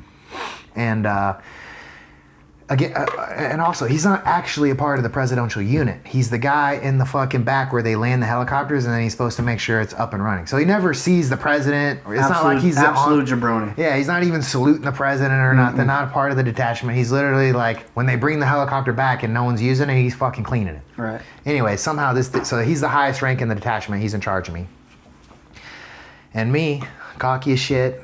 I got a deployment. Your homie's got five ribbons. Right? That's so. If you're a rank above me and you don't have 5 ribbons, I definitely don't like you. Right. You know. And this guy, dude. So he came from the same background that the embassy thing is, where it's like, oh, you're part of a presidential unit. You better be looking spot on. Blah blah blah. So he was like super anal about all the bullshit rules, and coming from, I just don't care about rules. No. You know. And so he would always. I'm telling you, he's the kind of guy that'd be like. He would be like, oh, that's sergeant. Okay. He'd be like, oh, that's staff sergeant. Like, he would like try to correct, even on little things. I'm like, dude, we're fucking chilling, bro. Right. What do you want from me? Come on. Yeah, and he would get pissed because I wouldn't address him by sergeant all the time. I would just talk to him sometimes, and he would just be like, he got to a point where he wouldn't say anything, but he would like grit his teeth. And I was just like, fuck you, dude, I'll beat you up. Like, right, facts. Bro, we're in the same schoolhouse together, come bro. On. Yeah. We joined at the same time. At this point, we're peers. Yeah, well, another crazy thing is like we literally joined at the same time. He's a fucking helicopter mechanic for fucking a presidential unit. So they literally just gave him sergeant in fucking 3 years. That means nothing to me. Same. You didn't go anywhere. You didn't do anything. Right. You've only been one place, which is down the road. Right. You literally came from that fucking shop right down the road. Right. And you think that you get to be here and boss me around. And I'm supposed to be like, oh, sergeant. I just wasn't doing it. No. Well, of course that comes back to bite me in the ass at the end of it all, right? Typical life. So when I get in trouble, they go like, oh, we'll go to a sergeant, see what he says. And this guy's like, yeah. Fuck you. That's what he does Chop to me, him up, baby. Yeah. Then the staff sergeant, he tries to take my side. He's like, I mean, he tells me. I don't know what side he actually took. He could have been like, no, fuck that kid. But he told me to my face and in front of the other sergeant, he's like, I'm fighting for you. He's like, I don't think you're a bad kid. He's like, I think you're a little cocky and you know you're a little out of this, but he's like, I think that's you're a good person. Marine. That's what you need. I thought, I mean, that's what you in need. Any other unit. By the way, that's what you need. Yeah. Anyway, so then this gunny dude, who I thought was for sure gonna have my back, I'm like, this fucking gunny loves me. No, dude. He fucking literally. Anyways, Yeah. he's like, nah, fuck you. Then we go to the master sergeant, and when we go to this master sergeant, the staff sergeant tells me, he's like, hey, this is your last chance, buddy. Like, make the case. Like, this is. He's like, if this dude says no, I mean, you're going home. Mind you guys, this is literally Friday or Saturday, and we're graduating Thursday. I already did The all work the training. was done. Yeah, I'm literally, all we're doing for the next couple of days is sitting around in safety classes. Like, I did I got sprayed in the face with mace, bro. Right. You know, I did the hardest thing there is to do. It's And so, anyways, so he's like, you can do this. Come on, just fucking sell it to him. So I get in there, dude. I fucking make my case. He's like this. I come in right here, and he's on his computer like this. And I'm like, his mind was made up. yeah, right? Like, I go in there. I don't know. I'm like, Master Sergeant, I'm sorry I messed up. This isn't who I am. I can prove to you that this is what I'm for. I was made to do this. And he goes, yeah, you should have thought about that before. That just flicked. Of course. And just flicks a paper towards me, which is just like, sign this paper, you're out of here. Sign the paper, I'm out of here. Did. So then we're on our way home. And I think it was over text. They sent me back to the barracks. They're like telling me, like, oh, you're just gonna you're out of here, whatever. Well, I fucking send my staff sergeant text. He's asking me questions. He's like, hey, sorry that happened to you, whatever. And I just like tell him I don't know what to do with myself. In a sense that, like, I literally sold all my. So when you go to this embassy guard training, you're expected to be overseas for 3 years straight. So I sold everything, like everything. I sold my truck. Right. Dude, I gave up everything. You were committed, yeah. The only thing that you're allowed to bring with you is 2 sea bags. So I'm only 20 years old, 20 years old at the time. So I literally sold all my possessions. That's all you owned was 2 sea bags. Yeah. Yeah, and we're gonna say, like, legitimately, his life belongings were in 2 bags. Yeah, because that's what they told me I was gonna be able to leave with. So it's not like we're like if you're like older and you had like a family, you'd have like a storage unit. Mm-hmm. You'd put everything away. I literally was like, I'm gonna be gone for 3 years, might as well get rid of all this shit. Screw it. So I sold everything, and then all this bullshit happens and it comes out of nowhere, and I'm literally like, I had my whole life planned, dude. I already, so I was a corporal at the time. They already gave me my 100 points for finishing the thing. So I was already getting ready to get promoted. I'm gonna get promoted. I'm gonna go. They gave me my duty assignment. I'm supposed to go to Belgium. So I'm supposed to pick up sergeant and go to Belgium, dude.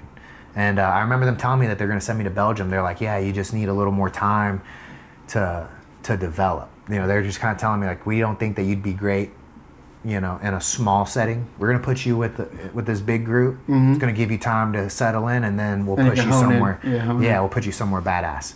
So, dude, I'm like, no joke, dude. I'm like looking up martial arts in Belgium, and I find out fucking Jean-Claude Van Damme came from there.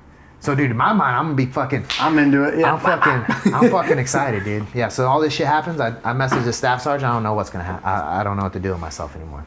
Well, guess what? He takes that as that I might be suicidal. So him and all the other guys that literally said fuck you, all of a sudden I didn't know either. I'm just like, I don't know what to do with myself. I'm like fucking crying and shit. Mm-hmm.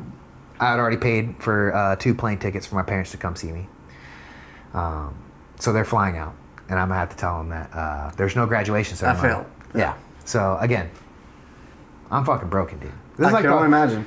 Honestly, this is like the biggest moment of my life, like the hardest moment. Well, at that moment, that is, at that age and your career and everything, that is ginormous. I mean, so I sent a text to the staff sergeant. I was like, I just don't know what to do from here. I don't know what to do with myself.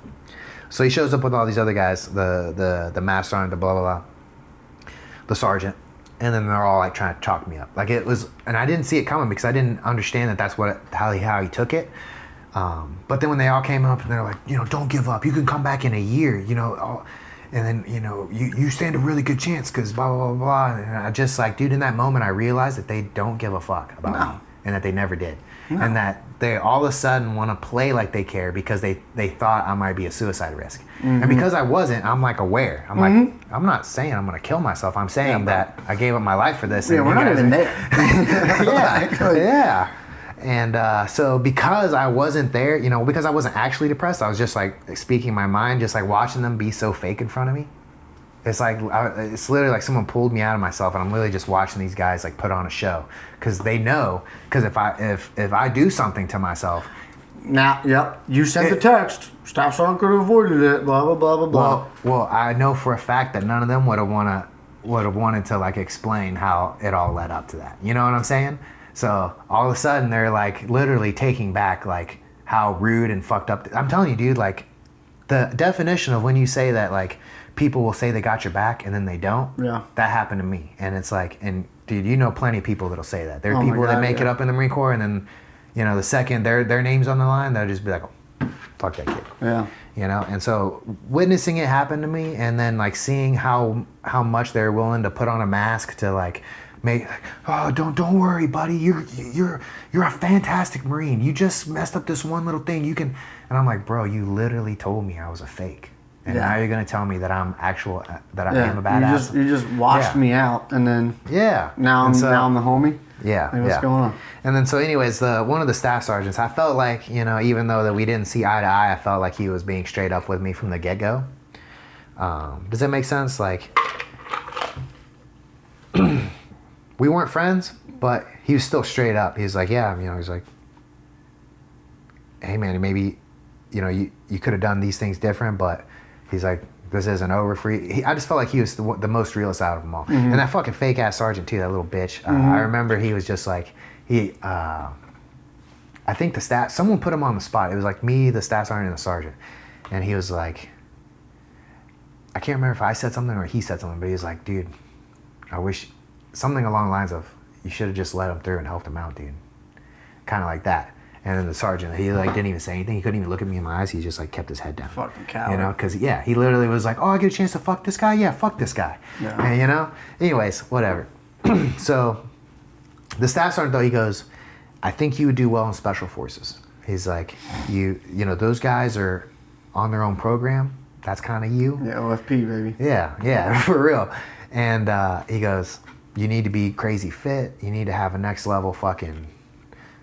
He's like, I think that's you, dude. And so he helped, essentially, I like messaged the guy who's in charge, like I forget what they call him, but the guy who like moves where all the MOSs are going. The career planner? The career planner. Yeah. No, not the career planner. Or the monitor. The monitor. Yeah. That's who it is, the monitor. So we get in contact with the monitor and I tell him like, hey, I want to try special forces. Can you put me in a place that I could do that? And he's like, yeah, sure, I'll put you in Lejeune.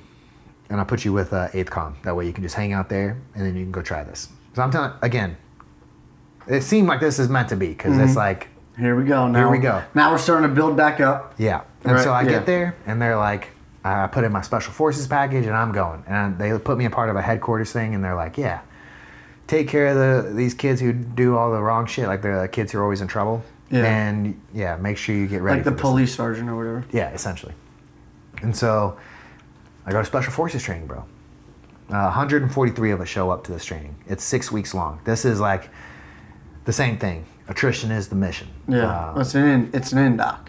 Yeah. So if you pass this indoc, you go. Then you go to the 9-month. Which still doesn't mean you're in. Which still doesn't mean you're in. So this is the pre-training to the training. And 146 of us showed up. Only 42 of us were left standing at the end of it. And then they only chose 18 out of the 42. What year was this? This is 2012. Yeah, so we're doing MARSOC here? Yes, this is. So MARSOC's new, by the way, at this point. MARSOC's very new. I have a buddy who's in right now, and he is in MARSOC, and he had to do the pipeline twice. The first time he did it, MARSOC was new. And unless you were some form of a scout sniper, a very high level combat decorated infantryman, you weren't getting in. Yep. They weren't taking pokes. And I'm glad you said that because I feel like a loser when I have to say that, but that was the truth. It's just when true. They first started, they were, they didn't have the time to build up a unit. So what they wanted is the best of the best. They were like, we need the and they got them. And they did, and I just wasn't that. When I knew the guys that were, and I was like, I'm nothing like these guys. Yeah. The guys that got picked were the scout snipers, the recon sergeants. Well, and most of them, that's what they were. A lot of people left recon for that, which, I mean, I think recon's still around, but, I mean. They're not, well, it used to be, they were split into two groups. It was like the reconnaissance and the force recon. Right. So they were essentially looking for the force recon guys, which was like that. To move over. Yeah, they were the badass of the recon guys. Which I'm actually really surprised that they made them guys go through that pipeline. You know, kind of like you would think that they would kind of build like an internal Marine Corps Delta. Like just take all the really high value guys, put them there, and then let them create the program. Yeah. Right? Well, they wanted to get in bed with Tier 1. JCOM. Yeah, Tier 1, yeah. The joint guys, right? Yep. And so, because what it used to be like that. So it used to be Force Recon was like the Marine Corps' own special forces unit. That ground force, right, yeah. that they would use to insert in. But the Special Forces Command didn't want to. It's like, you guys aren't even Special Forces Command. Why would we give y'all anything? Well, when MARSOC came out, dude, it shit on recon so bad. You know what I mean? Because it was like, these guys were the tip of the tip. Mm-hmm. And then MARSOC comes up and they're like, recon, you're kind of gay. You know? Yeah. Well, because then they get the real budget. Yep. You know, So, yeah, anyway, so yeah, when I do this, they're only looking for the best of the best. And I don't know this though, but I could tell, you know, the differences in the people that they were looking for. You know, as I'm going through, I could just tell, it's like, okay, if this guy makes it, I'm fucking good. It's like, because I know, you know, this guy's a sergeant for reconnaissance, this guy's a scout sniper, this guy's this. And like you're kind of numbers gaming it, right? Yeah, I could just tell, you know. I had no idea if I was going to make it or not, but I knew who was definitely going to make it, you know. And but I make it all the way to the end. And that, I'm telling you, people, like, the only reason I even made it to the end is having those standard operating procedures. One of them that I had, the only one that actually, like, helped me get to the end was picking someone out and being like, if that fucking idiot is here, I'm here. Right. And you just keep doing that. And that guy disappears and you pick a new one. You'd be like, I would literally pick someone that I thought was uglier than me or not as good as me or not as strong as me. And I'd be like, I'm fucking faster and I'm fucking stronger than him. So if I wake up and he's still here, then I'm still here. I ain't giving up until. Right. And I kept doing that. I kept switching the person. I'd literally be like this. That bitch ain't fucking. He ain't lasting longer than me. I ain't quitting until he quits. And then when he quit, I'd be like. Well, you found your motivation. Yeah. And that can help a lot. I'm telling you, that's helped me so many times. Is just like looking around. It's like, if he can do it, I can do it. Right. And so make it all the way to the end. And I'm telling you, the psychological shit they're doing to us is like, by the time the things end, I'm done, dude. I'm like, cooked. Yeah. I'm like, what's the decision, dude? Send me home. Because what they do is they go, we need 3 days to deliberate. So you guys just sit here. And the reason they did that, dude, is to fatten us all up. Because we were literally mind games and to fatten us up because we hadn't been eating. So all of us looked different. We all looked like emaciated and all skinny. And then they go, we're going to deliberate. Y'all sit here. And then they just fed us chow. So for 2 days, no joke, dude, 2 days, we just sat around. And like there were rules about what we could do, and everyone just starts breaking the rules. No one gives a fuck anymore. Of course, because we're literally there's recon sergeants there. There's tons of vets. Like you ain't telling them what to do. Yeah, like you're not supposed to tell people who you are, where you came from. You're not supposed to go outside longer than 5 minutes. I'm telling you, dude, by the end of it, everyone was like, no one gives a fuck about it. Let us the fuck out of here. Yeah, fuck this shit. Well, they come out, and so it was funny. We had this like magic whiteboard because you wouldn't ever see the people. They would just like come in the night and they would like write shit on the board, and then you wake up and you go check the magic whiteboard, see what it tells us to do. Sure enough, one of the days we wake up on that third day, and there's numbers, so we didn't have names, right? And it's like candidate 0, whatever, and on one list, and a certain group of candidates on the other list. And some of us are lining up over there, and the others are lining up over there. Didn't take me long, right? I'm literally. Well, you knew right away when you start seeing who's over there, who's over there. You're like, I'm like, I mean, there were a couple people that I thought were gonna make it. So I was like, well, I thought that guy was gonna make it, but my two really. Maybe he'll take us all. But the recon sergeant and the sniper guy wasn't there, and I just knew. I was like, well, there's no way that if I'm not with them, I'm in the wrong group. Right. So sure enough, they come out and they're like, we want to thank you guys, blah blah blah. And dude, I'm literally so done with the place. I like raise my hand, and he's like, yeah, he's like, yeah. And I was like, yo, can I get a t-shirt or something that says I completed this? And everyone starts laughing, and he's like, maybe next time. He's like, I'll have to talk to the head guy about that. Yeah. But so we go back, and dude, it was funny to me because I honestly was just in a mindset of just like, yo, fuck this place, dude. I'm good. Right. I'm good. I tried. I'm good. Well, I'm yeah. I going. mean, well, you gave it your best effort. You know what I mean? And that's what's nice. As long as you can go to sleep at night with that, you know what I mean? You left it all on the table. I did, dude. So what the hell? Yeah, but I do remember like some people were like super butthurt about it. And I remember like, because some of them were still my friends, you know. So like I showed up and you know we're all sitting on like racks, right? And I came up and I was like, yo, it's the loser squad. What's up? Dude, one of the guys, oh, I'm not a loser. He's like, I'm coming back. I don't win. I'm like, All right. oh, all right, buddy. Have fun with that. I ain't Sure coming you back. will, homie. But anyways,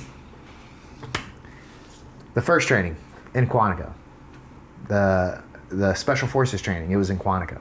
So I go back to fucking Lejeune, dude, for my second time as a failure. You know, come back, everyone was like, did you make it? Did you make it? And I'm like, I didn't fucking make it, dude. You know, it's fucking depressing having to tell literally everyone this. Everyone. Yeah. So then I'm just sitting around the fucking headquarters office, dude, just like fucking questioning life again. Don't know what to do with myself. I'm literally surrounded by kids that are getting in trouble all the time. Right. You know, and someone comes in the office and they're like, yeah, hey, can you get this staff sergeant? They're looking for people for this martial arts course coming up. And I've been trying to go for forever, but you know, same thing. It's like you think that everyone's like on your team, but no one really is. A lot of times, you know, people see things as competition when there's no such thing. So, you know, you'll get to, sometimes there's units where they don't want to send you anywhere cool. It's like, well, why do you get to go to that or whatever? I'll come up with whatever reason. I mean, you know, I'm sure there's courses you try to go to and someone's like, oh, fucking next time or maybe after you do this, and then it just never happens. And I've been trying to go. People were always trying to fucking fuck with me about it. And this staff sergeant, he was just really cool. And I was like, staff sergeant, I've been trying to go to this for years. Can I go to this? And he was just like, yeah. And like, when is it? Yeah, sure. Signs it. And I was like, fuck, dude, thank you. And so, I went there, killed another slaughter fucking fest. Yeah. But dude, so this is why I wanted to circle back to like why everything happens for a reason kind of thing. It's like, dude, that course was easy for me, dude. Mm-hmm. It was 3 weeks. Them beating me up. Bro, I'm at this point. And that's MAI or MAIT? This is MAI. Right. So not too crazy. 3 weeks of them just kicking our asses. And I'm a pro at this. I've been getting beat up for a long time. No, you're this is right up your alley. Yeah. And to me the course was easy. Yeah. So then we go, as soon as I get back, dude, I'm like motivated. And we 8th comm is like a rare the 8th and 9th comms, they just got a bunch of money and don't do nothing with it, right? We all know. So both units on both coasts have like their own dojo. Mm-hmm. And so this one actually had, like the one on the West Coast, it wasn't staffed, but it was a place that people could use. This one, they actually staffed it with Marines. Oh, nice. So I called the place and I'm like, yeah, I'm looking to run like a course or something. You know, I just want to fucking do this. And he was like, hey, I actually need a red tab. He's like, you want to go to the red tab course? Yes. And I was like, yes. And he's like, really? No one, I've asked so many people, they all say no. And I'm like, fuck, dude. I was like, I've been trying to go. I was like, yes, I'll go. That's a course. Yeah, 7 weeks long. So, dude, as soon as I get done with this course, dude, I'm leaving like 10 days later to go to the red tab course. It's nice though because you're in good shape. Yeah. You know, well, I was broken, but I knew what to expect. Yeah. Dude, I go there. It's in Virginia again, dude. Back in Quantico. So at this point, I'm literally like, I'm here to win, bitch. Dude, nothing's getting in my way, bro. I'm like, I'm not gonna get hurt.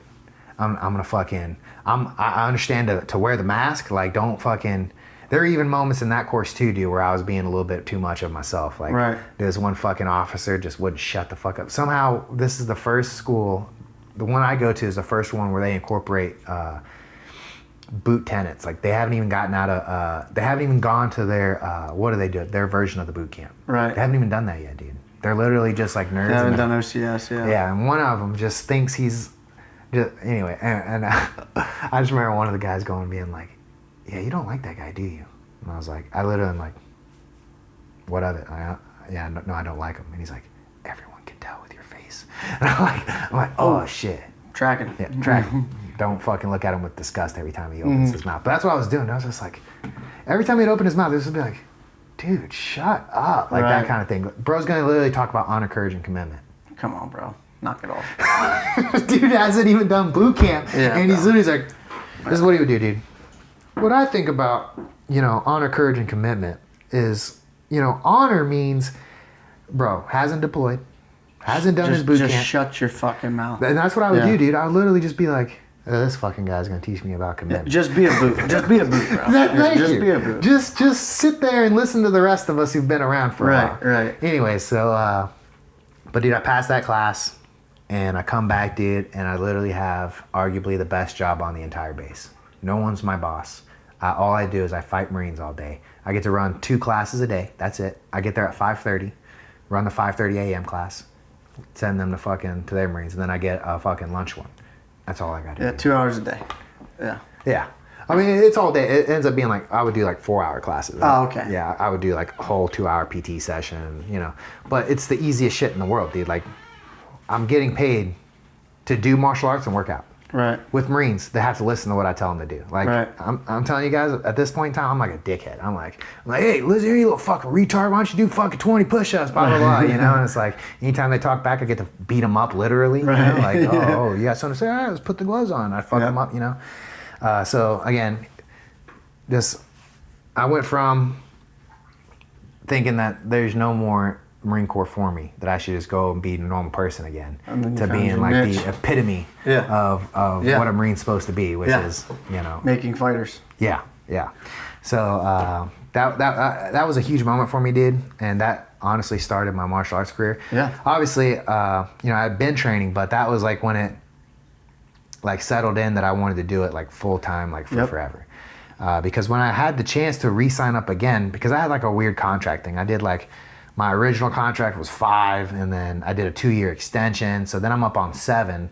And when it comes time to like re-up, I know at this point that anytime you like re-sign up, they switch you units. Right. And that's, you know, it's important to do that because, you know, people just don't respect you if you're not like. You gotta go around. Yeah. You gotta go around. And so I just knew that I didn't want to do that, dude. It's like, what am I going to go do? Be a platoon sergeant and be someone's bitch somewhere and fucking be like... Terrible. That's usually what happens. Usually what happens when you re-sign up as a sergeant is you're not far away from getting staff sergeant, not staff the disease, but you're not far away from getting the next promotion. Right. And so they send you to a new place to like develop your new promotion skills. And a lot of times what that job is what they call a platoon sergeant, which is not a fun job. It's a shitty job. It's your fucking captain babysitter. Mm-hmm. And at the time, I was running my own dojo. Like, I was full-time martial arts instructor. And I was like, why the fuck would I sign up so y'all can go send me to fucking bumfuck wherever and babysit a bunch of Marines when I'm doing this? So I ended up deciding to get out. They tried to actually keep me there. One of the majors was like, dude, you could go to the reserves. I'll make you an active reservist, and then you can just work for me. But I just knew at the time, I was like, I have so much power. If you're telling me that you'll give me more power, I will self-destruct. I'm going to get in trouble. Yeah. Dude, I was literally I was not obeying any rules, you know? It's just like no one was telling me what to do. Yeah. And that's not good. It's not good. And, you know, I had the integrity to know that what I was doing was like not going to last. You know, it's like... you know, like I would literally go to chow hall and just not shave. And it's like, say fuck it. Fuck it. And I remember a sergeant major just looking at me and he's like, well, how? And I'm just like, I don't give a fuck. I'm out in like a week, bro. Yeah. I was like 2 weeks tops. I just don't care. Yeah. And I was just like thinking, I was like, it's good, you know. It's like if I sign back up, I'm just gonna be that guy. It's time to go. Yeah. So I get out, dude, and been chasing fucking jiu-jitsu ever since, bro. Well, at this point, it's your full-time job. Yep. Which is absolutely incredible. Yeah, I just obviously I had jobs. Like as soon as I got out, you know, I was a server in certain places. Worked for the airport. I've literally forgotten a bunch of the different jobs that I've had, but they're all the same. Miserable people in charge of you, so they just do their best to make you miserable. They want as much of your life force as possible, not give you anything, right? And I never even asked for anything. I just wanted what was promised. Right. You know, I was like, hey, like one of the guys was like, or one of the stipulations of the airport job was free plane tickets. Like you can hop on the plane and go wherever you need to. Which is why you did it. Which is the only reason why I did it. Right. You know, it's like, I'm trying to figure out how can I travel and compete that makes sense, right? Got to make a little bit of money, right? I got to pay for these tournaments and whatnot. And I was like, man, if I could get the plane's like the most expensive thing. That is the thing. So I was like, man, if I could get a plane ticket from anywhere for free, then I could go to California and do Worlds or Vegas and do whatever. So I'm like, dude, this is supposed to be a part-time job. Ends up somehow I'm there fucking 10 hours a day every day, you know? And then they go, I'm working for this place for like 2 months. And, you know, because at first it's like, oh, you just got to qualify. Once you're in for 60 days, then the benefits come up. So I'm fucking hustling, dude, slaving away, not training as much as I was, training once a day instead of twice a day. And then they go, oh, well, the thing is that you don't actually work for the company. You work for G4S, which is a contract, which is contractors. So you don't technically rate the plane tickets. Peace. Dude, I was like, I need to be in Cleveland, October such and such. I better fucking get there, dude. I'm quitting. And one of the guys hooked me up. He was like, hey, don't tell anybody this. He's like, I get 20 free tickets a year. I'm going to give you 2 of my tickets so you guys can go. He's like, but don't tell nobody, blah, blah, blah. But of course that fucks everything because everyone was like, how the fuck do blah, blah, blah, blah. And I'm like, yeah, here we go. Yeah. But at this time, they're like trying to tell us that, oh, no, we're fighting for your benefits. They're going to come, blah, blah, blah. But yeah, dude, again, same picture. It's just like, I ended up just being like, I'm not fucking coming here anymore. Yeah, I was like, no way. Dude, I signed up as I got the job as someone like behind like selling people tickets. Right. You know? Super. Dude, it's so funny. Dude, I got a picture of me starting the job. I got like a nice button-up collared shirt, you know, and I fucking got my hair done and I'm all like pretty with a smile on my face, like working for Allegiant Air Services. Dude, by the time I fucking quit that place, dude, I have a picture of me, dude. At this point, I'm literally like one of the last few people that they originally hired. Right. And the only people who are left are like these old ladies, you know? So guess who's in the back fucking tossing bags and fucking... Yeah. Dude, I went from being fucking in the air conditioning fucking be like, and where would you like to fly today? Which was pretty chill. I'm like, yeah, I ain't gotta fucking do nothing. Yeah, whatever. Boom, boom, boom. Then I'm fucking literally tossing fucking bags, and not only do you gotta take the bags off conveyor belts and load them in the trucks, then I gotta drive the truck to the plane. They got my fucking big ass, dude, in the fucking bay. Shit in. Dude, fucking stacking bags, dude. Fuck sweating that. Like a fucking, like a whore in church. Well, someone took a picture of me, dude. My hair's crazy, dude. I'm wearing sunglasses. I'm fucking sun beaten. Right. I got a crazy beard. I think I put a cigarette in my mouth as a joke. Yeah. You know, but I'm just like fucking like this, and it's just like the transformation of like happy employee to fucking like fuck this place. You know, kind of a joke. But yeah, dude. Again, just like. It didn't seem to me that there were going to be any 9-to-5 jobs where it was like I would, like what you're saying, where I would be excited to show up. Right. Almost every one of them is like, oh, how are they going to try to fuck me today? Yep. You know? And one thing I did learn from the Marine Corps that really helped me was that I try to carry my weight just because I don't want to be anyone else's burden, and I try to do a little more. Like I'll carry my weight and a little bit of someone else's. You know, just to, you know, I hate leaving and someone else is suffering. Right. Like, I'll fucking help you. Yeah, hell yeah. Fucking fill the ranches up or put the bags away before I leave, and come to find out, that's like fucking above and beyond. That's like, yeah, you know, that's like bare minimum in a regular. You know, for real, you know, in the civilian world, they think I'm goddamn fucking, you know, work Jesus. Right. But yeah, again, dude, it was just like I realized that I'm not gonna be happy working for anybody else but myself, and so I literally just like kept doubling down. Like I would get jobs, like hoping that I could somehow like make it work, but yeah, it ended up just not working, dude. And lucky for me, I got lucky on social media, started to get some traction there, and obviously my jiu-jitsu skills started to grow. I was able to get some personal training clients, making a little bit of money from social media, because then I was able to, I'm not necessarily, anyone that's in it will tell you that they don't make great money from it, but I got good enough to where I could help manage other people's social medias. Right. So then that became a way I could make money. So now it's like I have like, you know, a bunch of little different sources of income. So now that I'm doing pretty good, you know. Yeah, by the way, hit him up if you're looking to grow on the internet. He's here to help. So Facts. But yeah, man, just so now, you know, we're talking about just like, you know, jump starts and things like that. But I think it was like 4 years ago, dude, it just like, you know, re-popped up. I think it was like 4 or 5 years ago. I was sleeping in a gym, dude, just homeless. We were sleeping in the car, but then my coach at the time was like, hey, it's too cold out there. Just stay in the gym. So we literally just set up a fucking, lift up some mats. It was like a trifold mat. We just lifted up and we slept behind there. And I would clean the mats and everything, like clean the gym and make sure it ran. Try to hold your weight, yeah. Yep. Ran the morning classes. And that was in Myrtle Beach. Fast forward, I moved to Houston, which was super scary. I had built like a following of people in Myrtle Beach, but unfortunately there's just not enough good jiu-jitsu there, and I wanted to be one of the best. Yeah. And so I decided to come to Houston here in Texas because I did have my grandparents out here. And so, and there was really good jiu-jitsu out here. Yeah.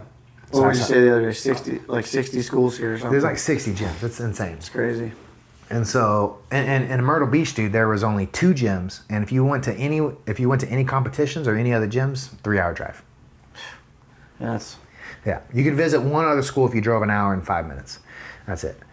So it's like any time you're going on a seminar, you're going to a fucking competition, you're going to go fucking do whatever, you're driving to Raleigh or fucking Charlotte, anywhere from 3 to 5 hours. Dude, we would wake up at fucking, me and Tori, to compete, we'd wake up at 4 in the morning, drive there, be there at literally 8 or 9 a.m. and I'd be the first one on the mats coming out from like a fucking 4-hour drive. It's crazy. Now, so we moved to Houston, dude, and I literally from scratch built up again, dude. It's like one of those things that just like doing the same little things that I did over there, and it's like, rinse and repeat. Like, do a little bit extra. Don't just be the guy that shows up to class. Like, stick around and show people shit. Come before class and fucking drill with people. And it's like those little things over time add up to And so I was able to do the same thing here. I eventually got my black belt, competed a bunch, won a lot, lost a lot. And again, just being that leader for people. I don't want to say leader. I would just, take interest in others and like try to help them with their comps or whatever they were going through. And I got the opportunity to be a coach. So I get paid to be a black belt and teach fucking jiu-jitsu, which is one of the biggest things that I missed about the Marine Corps was being paid to teach young people, and that plus my success with the social media plus the personal training that I do, it's like it all adds up to a pretty dope lifestyle, dude. Yeah. No, I mean, like I said, knowing you for 14 years now, couldn't be more proud of you. You know what I mean? You're doing what you want to do, bro. Like you said, like kind of like your problem of not wanting to listen to anybody back in the day has turned into your best attribute. Yeah. So that's kind of interesting. Yeah, and dude, the thing I'll say that like the reason I don't want to listen to people is because you have to. It's like the earn my respect kind of thing. Yep. I wouldn't even say earn it. I'm just saying like you got to be about it, dude. Yeah. Because I've met the people that are about it. I'm the kind of guy that if you were about it, I'm gonna listen to you. Right. It's like that. It's like the funny like I break rules and stuff like that, but that's the opposite of the Marine Corps. You ain't moving up in the Marine Corps unless you're obeying by the rules. Right. You gotta follow the rules. Yeah. So it's like when the leader is about it, dude, I'm fucking. Hey, I'll fall wherever you go, dude. I'm fucking. Right. There. It's just when you're put into situations where you're being led by an idiot. Yeah. And maybe they're not an idiot, but they definitely allow stress to make all the decisions for them. Which is and that's like the opposite of what the Marine Corps tries to teach you. It's like the end goal should be to absorb the stress and not pass it down. But when I see that you're constantly like, oh, stress from here, stress to you, I just be like, well, I don't fucking care what anything about you. Right. Whatever it is that you're saying to me, I know is full of shit. Right. Because these guys aren't used to people knowing the other side of it. Right. So for them, when you get to a fucking, you have a regular ass job and you're a server, and then this fucking guy, when you're like, hey dude, I thought you said it was gonna be like this. Why is it like this? Or if you said it's supposed to be like this, why can't we do that? And he's like, well, I'm here fucking blah blah blah blah. So what's like when they give me an excuse like that, I'm like, oh okay. Yeah. Noted, dude. Yep. I'm wasting my fucking time. Yeah, okay? right. Okay. Kind of thing. Or, or whatever. Or it's like, dude, I had this one guy be like, and I get why he did it, but at the same time, I'm just like, bro. So like, where it's like before the restaurant opens and we're supposed to have our restaurant meeting, right? So it's like, make sure, blah, blah, blah. We're, you know, the fucking meeting of the day before the restaurant opens. Right. We're sitting around a table. This guy comes out and he's like, all right, no sitting down. Come on, everyone stand up. Everyone get up, get up, get up, get up. And dude, these guys, as soon as everything gets going, they go sit in that chair in the office. But I can't sit in this chair while I'm waiting. Right, yeah. Right. And it's like, so you mean to tell me that you're going to make me stand up right now when I know that in about 2 hours I'm going to go in that fucking office to ask you for something and you're going to be hitting your fucking vape pen, scrolling on your phone, and you're going to be like, oh. It's like, fuck you, dude. Right. Don't fucking come in here try to get me all motivated for a shift when I know you're going to be fucking hitting a vape pen in about 2.5 hours on your phone. Mm-hmm. And he's like, and I'm the kind of person, dude, that would bring that up. Yeah. I'd be like, hey, how are you going to come out here and tell us we got to stand up when I know you're going to be in there sitting on a chair? And he's like, well, we have office work. I have to sit in that chair.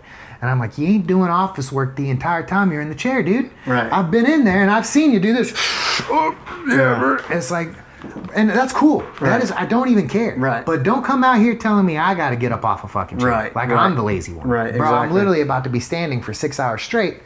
If I want to eat my breakfast and listen to you yammer about shit I don't need to hear about, I'm gonna sit down, bro. Facts. You know? and even the meeting is like a load of shit. It's like you know, even the meeting itself is like a waste of my time. So It's like, bro, what are you even getting paid to do? You know, except fucking make sure that nothing goes wrong. It's just like, seriously. Yeah. But what you see is that, you know, they hate their life and their job. Yep. So the amount of care that they have with anyone below them is zero. Mm-hmm.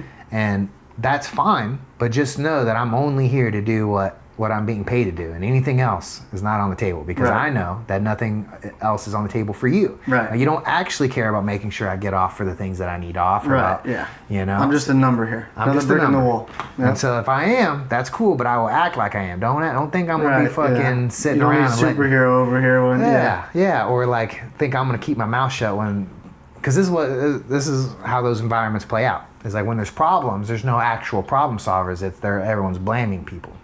Who are the people that get blamed? Well, the ones at the lowest level, right? Right. So then if you think I'm gonna sit around in a meeting and let people just blame shit on servers and shit, and like I'm just supposed to keep my mouth shut, I'd literally every time just be like, whoa, so you're telling me, you know? Right. And then I'm just like, bro, if y'all think I'm about to fucking do all this because this person said that, I was like, y'all better figure it out, you know? Eventually you get so bored of like causing ruckus, you're just like, I'm not. Right. I literally just got so tired of like causing problems because nothing would change. At some point, you just shut your mouth. I just shut up. This place ain't changing. It ain't even worth it. It ain't even worth it, you know. But yeah, just like witnessing like what a good leader could be, you know, kind of always like was in the back of my mind. And you know what I want to say about the core too is like that's a lot of what gets people to stay in is just the chance that you could do it better than the guy before. Right. Like most people don't actually want to stay in the core. No. You know, unless obviously some people have never experienced anything outside of it. And, you know, there's like a lot of people will try to like, you know, scare you into staying in. Of course. You know, but the real ones are never scared. It's No. like, bro, if I figured this shit out, I'll figure out the I'll be rest. all right. Yeah. I'll be all right. Yeah. You know, but one of the reasons that like I considered staying in, I felt like most of the people that were, you know, about their life, the reason they stayed in is like, well, dude, if I could get to staff sergeant, you know, I could fucking make a difference. Right. I see what this dude's doing, and I see how he's just shitting on all of us because he doesn't want to deal with the stress. I know I could get there, and I can deal with the stress. Right. I can get this shit done. I can get the shit done. Yeah. And that's a real thing. It's like, you know, people say, oh, shit rolls downhill. It's like, no, it don't. It only does if you let it. Right. You know, if you go, oh, I gotta fucking be here till so-and-so, right. then fucking all of it, and it's like, no, it that's doesn't. stupid. Yeah. And you know, when you're in long enough, you witness it. Mm-hmm. I've been the guy where it's like, I see, you know, one time I'm like going to the PX and a fucking first sergeant sees a PFC I think it was a PFC like walking in without his cover on, you know, and you take one look at this kid, you realize he's a dummy, right? Right. And I'm walking by and this dude's about to lay into this. He's like, what are you doing here without a cover, Marine? And he's like, and he's like, what unit are you with? Like he's about to freak out, dude. I'm walking by. He goes, 8th comm. And I literally just stop.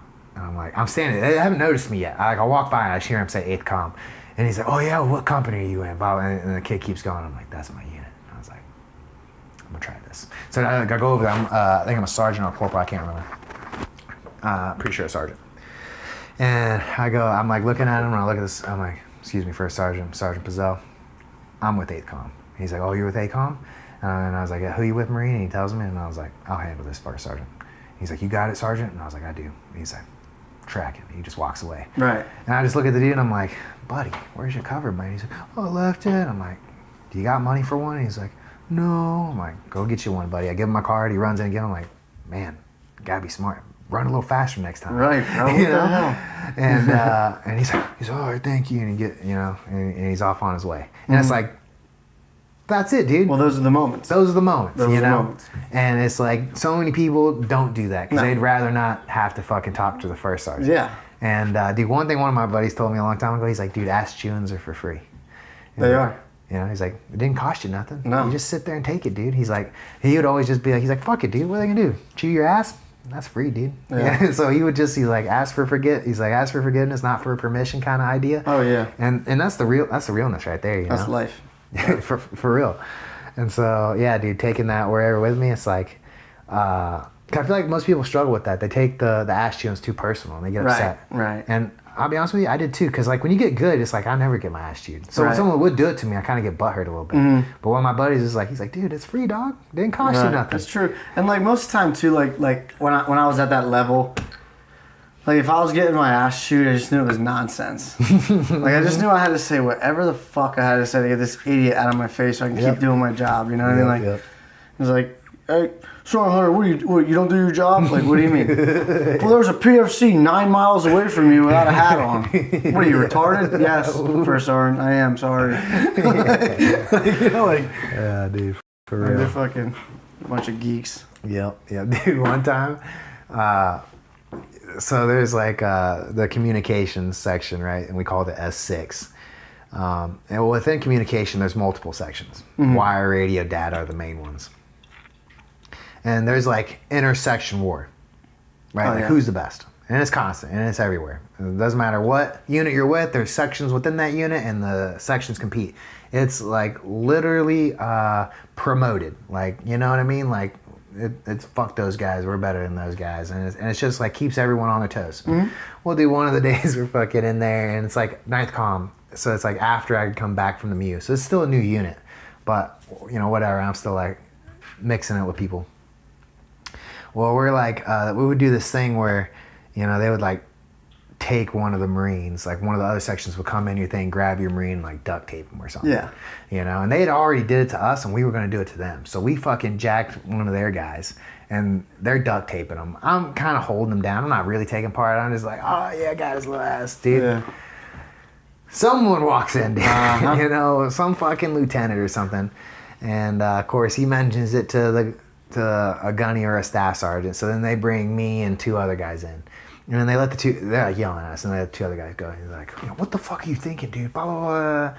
And it is, and what made it even more comical was one, they had our guy, but they were like behind a wall, so they didn't get seen.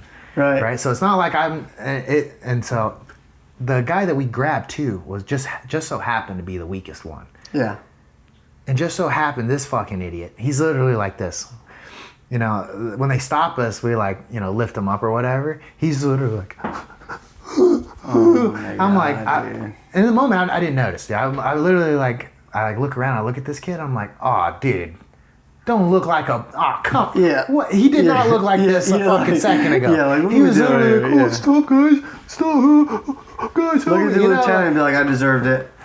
It's a game. Dude. So we lit this fucking of course, I'm telling you, dude, I'm like, bro. We didn't hurt you. What are you crying about? Yeah. I'm literally just looking at him, and he's like, I'm like, so and then I look over, and behind the gate, where they can't be seen, they're like, getting away with it. I'm like, so it's like one of those things where I'm taking the bullet. Like, that's fine though. So I go take the bullet and the staff sign. Of course, he's like, He's like, you don't have a fucking brain? He's like, what the fuck captain walks in? That's your fucking ass, Sergeant Pizzell or whatever. And, this guy is, you can just tell, like, sometimes they just want to yell. Yep. So I'm just like, you right, Staff Sergeant? Won't happen again, Staff Sergeant. Right. And as soon as I get out, I'm just like, you Wait motherfuckers till we got get- me. yeah. All right. Wait. It's not, it's like one of those things, like, don't even take it personally. I'm gonna get you, bitch asses. There's one for you guys too. Like, I took that one. Yeah. All right. But shit, buddy. Dude, so we've been running this podcast for a minute. Yeah. But we can go ahead and end it. I like to end it with an advice question. So, what would be your advice for leading people? Let's say they could be a coach. Let's say they could already be in a leadership position or looking to be in where they take lead of more shit. What would be your advice for just being in charge of people in general? I mean, to like kind of just narrow it down and like, you know, make it what I would think the biggest lead attributes are of that is just like, you know, be yourself, you know what I mean? And be genuine about it. Don't be in there faking it. Like if it's not for you, it's not for you. Leading's not for everybody, and that's okay. Mm-hmm. And just, you know, really just remember they're people. You know what I mean? They're navigating struggles, bro. Like, and if you like being a leader is a full-time job. Mm-hmm. You know, you have to be the man and to be respected as the man. Yep. You know what I mean? So it's like, you know, be what they want to be. No one's perfect. No one's 100%. You know what I mean? But let them know that too. Like when you make mistakes, bro, own them. Yep. Be like, you know, and let them know it's a team and just really just take it serious. Because I set think the that, example. I feel like right. is what you're Yeah. saying. Set the example and like just, you know, take it serious because it, you know, you don't know what these guys are going through. You don't know, and we kind of hit on it. You know what I mean? Like it's just like, you know, you're not better than them. You're not different than them. You're just in a different position than they are. You know what I mean? And it's all life's all a journey. You're just 2 steps ahead of them. But you know, try to make them and empower them to be better than you when they get to your position. Because that's the goal. Don't be a gatekeeper. Don't be holding people back. Don't be, you know what I mean? I don't want to make him better because he might be better than me. Well, that's the goal. Yeah. That's what leaders do. You know what I mean? You take the wins and the losses and you combine them and you give them to that kid so he doesn't have to do that and he can jump right past you when he's your age. You know what I mean? And do that. You know what I mean? Don't be like, well, man, if I teach him this, he might get better than me one day. Like, fuck that. Like, bitch, if you're that scared of that kid, you need to get better yourself. Mm-hmm. Like, you know, like it's so. Yeah. I think setting the example is what you're saying, and that's like one of the biggest things for me is like if you're not setting the example, I just don't really care. Right. Because then you're just faking. Be the man, bro. Yeah. That's it. Just be the man. And like I said, I got that book coming out, and that it talks about a lot of that stuff. It's just being the man. Like, you know, when you're in that room, you know, have that confidence, wear it well. Like, you know, like you know, I talk about in my book too. It's where, you know, how many times have we all been in a room and you have a great idea and then Joe Schmo says it from across the room a minute later and you're like, I was just thinking that. You know, have that confidence to own that fucking space, bro. Say what the fuck you mean, be about it, and be about it. When you say you got somebody's back, fucking have their back, you know. Yeah. It's important. And like you said, it only takes one time for you to not have that guy's back for him to never look at you the same. Yeah. And if you don't want to have his back, just don't say it. Yeah. And that's okay. You know what I mean? Mm-hmm. Well, dude, and one of the things that someone had told me in the Marine Corps that's like right in line with what you're saying, I wanted to bring it up earlier. One of my leaders, one of the fantastic leaders I had, he told me, he's like, you know, we need the rank structure. He's like, but at the end of the day, if you're higher ranked than somebody, all it means is that you joined before them. That's it. He's like, so you're not better. He's like, just remember that you're not better than anybody. You just joined before them. And, you know, that to me was like a huge thing of like what you're saying. We're all the same, or we're all people. Yeah. Don't forget that. Don't think that you're better than I think them. that's kind of like the premise of this whole podcast. Is like we keep coming back to like no one's better than anybody. We all put our pants on the same way. We've been hearing it forever. Mm-hmm. You know what I mean? It's the basics, bro. It's just the basics. Be humble, be kind, be respectful. And if you're like Mad Dog Mattis, have a plan to kill him. Yeah. You know, so it's like, you know. Yeah. But well, I want you to talk about this one last thing too, dude. So, this is like one of the cool things I think about your company. Like one of the many things that you do that's like different than most people do, but like the way that you incentivize your workers to do like a great job. Yeah. Yeah. Like, again, one of the things about those meetings that I hated, because the meetings would go like this. You guys need to be doing this. You guys need to be doing this. Don't forget to do this. Don't forget to do this. We need to be selling more of this. We need to be selling more of that. You need to be doing this. Hey, don't forget that at the end of the shit that you need to be doing this. And hey, before you leave, do this. And and everything was important. Right. Everything was important. It's like, dude, nothing's important. Yeah. Like if every of the 20 things you're telling me is the most important, then none of it is important. Right. Right. And it's like, and then it's like, okay, if every shift you like, hey, we got to work on this, I would legitimately do that. But when you start going on about all these different things I got to be aware of, I literally just tune the fuck out. I'm like, bro, I can't work on all that shit. Like, well, let's delegate here. Yeah. Like, break it down to small unit leadership. Hey, you handle 4 tasks, you handle 4 tasks, you handle 4 tasks. This is all basic shit. Like, that's what I'm thinking. This is all basic It's like, dude, if you're going to come here and you want me to do my best job, but also on top of my best job, I got to worry about 20 more things that they got to somehow improve. Mission impossible. Yeah, I don't want to do it. You know what? I'm going to do the bare minimum now. Yep. Kind of thing. And this idea of like, okay, what about, what did you just say prior to this? It was, like, if we're going to do the meeting and there's something that you want me to work on, one, that should just be the only thing I focus on. Right. So that way, over time, it becomes second nature, and then I can work on the next thing. But at the same time, it's like, if your idea of a pre-shift meeting is, let me fucking remind these people of the fucking 50 new things that they got to worry about, you're doing it wrong. Right? It should be, you guys are doing a great job. Yep.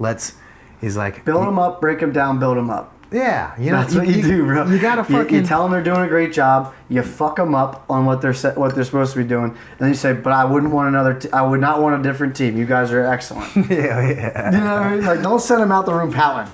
Yeah. Like, and one thing I say with my guys all the time, just to try to build their confidence and everything, is I say it's construction. Everything's fixable. Make your mistakes. That's what I'm here for. I'll fix it, bro.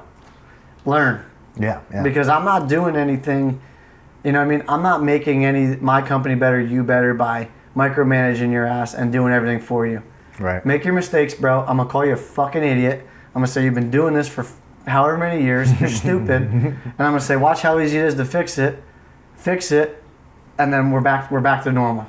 But it's just, it's not that serious. It's not that fucking serious.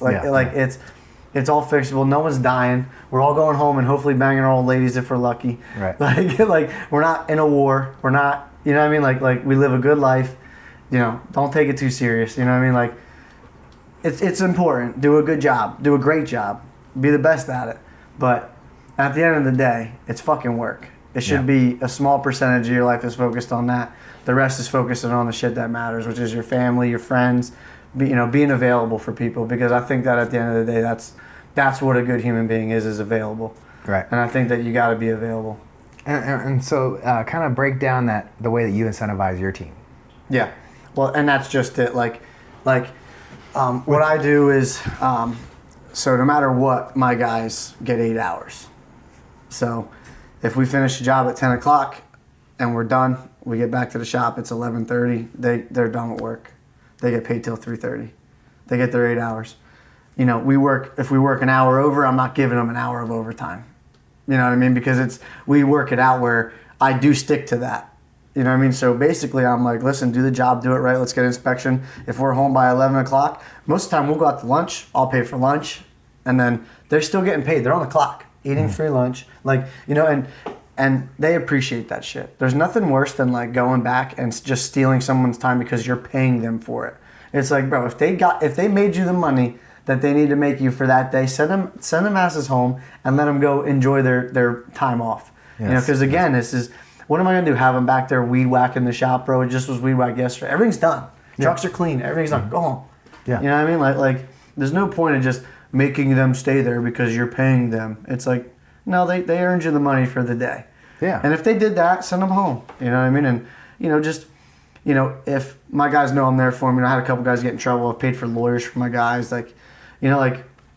Do for them what they do for you. Yeah. You know what I mean? And listen, you're gonna get taken advantage of as a boss, bro. Not every apple's a good apple. and find them, seek them out, and let the peer pressure phase them out. You shouldn't even have to say nothing. Because when you bring them into such a good team, that team's not going to let no motherfucker bring us down. And that's my guys. My guys hold each other accountable. They're like, bro, like, if a guy doesn't show up to work, it ain't fucking me. It's fucking the laborers. Because now they got to make up more work for that idiot that decided to be out till 4 in the morning doing whatever he was doing, caring about himself, which is fine. You know what I mean? Hey, have your days, homie, but just so you know, you're fucking everybody. This ain't the team for you. Not me. You ain't fucking me. Yeah. Because I ain't shoveling. You know what I mean? So. Yeah. Well, that is what I was trying to remember earlier is like, you incentivize your guys to do a good job. So it's like that simple thing of like, hey, you guys do it fast and do it right and pass the inspection, you're going home, you're getting paid. Yeah. You know? And it's like, there's a reason to now put more effort. Yeah. Besides the idea of you being like, hey, what the fuck, why y'all taking forever for other shit? Or the opposite, which I've also seen happen, and like, oh, well, we still got 2 hours. Let's go start another. Yeah, well, you know. Or start another bullshit. Let's go start another shit, and what are they going to do? They're going to milk it from now on. Yeah. You know, I used to work at another place, fucking, and it would be like a list of things for me to do because there's no customers coming in. And because there's no customers coming in, they just thought that they had to come up with like an endless amount of things for me to do. And I'm telling you, like the stuff that I had to do was like, I cleaned the tips of the hot sauces and the ketchups every single day. And so like, well, no one's in there, so nothing gets dirty, but I still have to fucking phically check all these things. And that's nonsense. That's fucking nonsense. Yeah, it's like nonsense. It's busy work. And that's the thing, right? It's like, like what are we doing? Yeah, do you want to sit here and do all this? And is it more important than morale? You know what I mean? Like my thing is I know if we knock that shit out of the park, bro, the boys are feeling good, everyone's feeling good, trucks are back, everything's clean. They are happy as fuck to leave at noon. Yeah. And dude, that puts that fire in their butt. Yeah. If I bring them back and I'm like, well, fucking organize the tools that you already did 17 times this week and stay busy. Like, that's bullshit. Yeah. Go enjoy time with your family, bro. Enjoy what America is really about. Yeah. Not this rat race nonsense bullshit that we all got sucked into. Yeah. Listen, having money is fucking awesome. It's important, right? It's cool. You can have nice shit. But at the end of the day, bro, this shit's all bullshit. It's all like, you know what I mean? That's not really what this shit's about. You know what I mean? And finding what this is about is on every independent person. Having a family is not for everybody, like whatever. But figure out what you love, bro, and make sure you love that and work because you have to. Yeah. You know what I mean? Like, you have to go to work. You know what I mean? Like, find something you love, that'd be great. Where you don't feel like you're working. I mean, people say that shit. It's hard for me to believe them. I kind of want to grab my fucking neck because I'm like, you're fucking either lying to me or you're making me feel like a real piece of shit. But I know I don't want to go to fucking work every day. I don't live to work. You know what I mean? I live to watch. You know, I got a son on the way. I got a wife that's been with me forever. And dude, Kirsten, she's a dog. Yeah, she's the best, bro. She's the best. Yeah, and I couldn't do it without her. You know, I got a little baby girl. I got a boy on the way. Like, that's what I want. Yeah. You know what I mean? And I found what I want. It took me a long time. I was a mess, bro. I was a fucking mess. Like, you know what I mean? And you figure it out, you know what I mean? But find what you want and just realize none of this shit's really it's not that serious. Yeah. Try not to take it more serious than it really is because it'll kill you. You 100%. Know?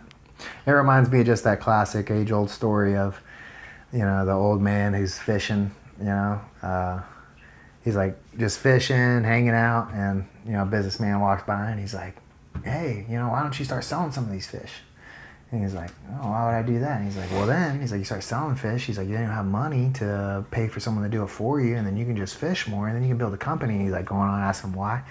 He's like, why would I do that? And he's like, well, then, once you start making money, you can expand and you can do this. And he's like, okay, well, why would I do that? And he's like, well, then you could just chill and fish and hang out with your family all day. As he's like chilling and hanging out with his family all day. You know, just this idea of like, the rat race, essentially. Right. You work because you want to do something a little more, and then the next thing you know, you got to have a nicer car, and you got to have a nicer house, and the next thing you know, you're just working just to work. You're in the race. You're in the race, but you're still a rat. Like, that's why, you know, it's really important for me to people to know, like, you got to try to navigate to find a way to be some form of an entrepreneur. Try to get in charge of your own time. Yeah. Like, because that's how you make this shit. That's what this country is about. Live free, prosper. Right. Not work and make somebody else rich. You want that lake house, you ain't gonna get it doing 9 to 5 for some other. And you will. There's jobs that you can, but typically, if you're 9 to 5 in, You ain't gonna have that freedom, that financial freedom, that flexibility, that, you know, at any given point, if I don't want to go to fucking work, I don't go to work. And who the fuck's gonna? No one's yelling at me. You know what I mean? Like, and you have to find that freedom, and that's what this country's all about. That's what this shit's all about, is being in control of your time, being the man, providing for your family by yourself. You know what I mean? And it's not for everybody. I get it. You know what I mean? It's not. But if you want to experience real freedom, you know, you got to get that business, and you got to get that cash flow flowing, and not even necessarily the cash flow, but the time is more important. You know, like my wife went to school to be a dental hygienist, and then you know, she was working a job, like a real job, and I was like, "What are you doing?" And she's like, "Well, I'm working a job." But they have like this temp thing, where like you could just log on this app and work when you want. I'm like, "Why aren't you, like, that's what you need to be doing?" And she's like, "Why?" Because I'm like, if I want to go to fucking Houston next weekend, you're going, and I'm not gonna have your fucking boss tell us what we're allowed to do as a family. Yeah. Like, you know what I mean? Like, and you have to, in order to do that, you got to find that independent success and wealth in yourself. And you're valuable, bro. Everyone's valuable. You just got to find your niche. Yeah. But there's a path for you. 100%. It's going to take some soul searching and shit, but there's a path for you. Yeah. Well, buddy, I appreciate you coming on. Thank y'all for so much for tuning in. We appreciate you guys. Thank you. Killed it.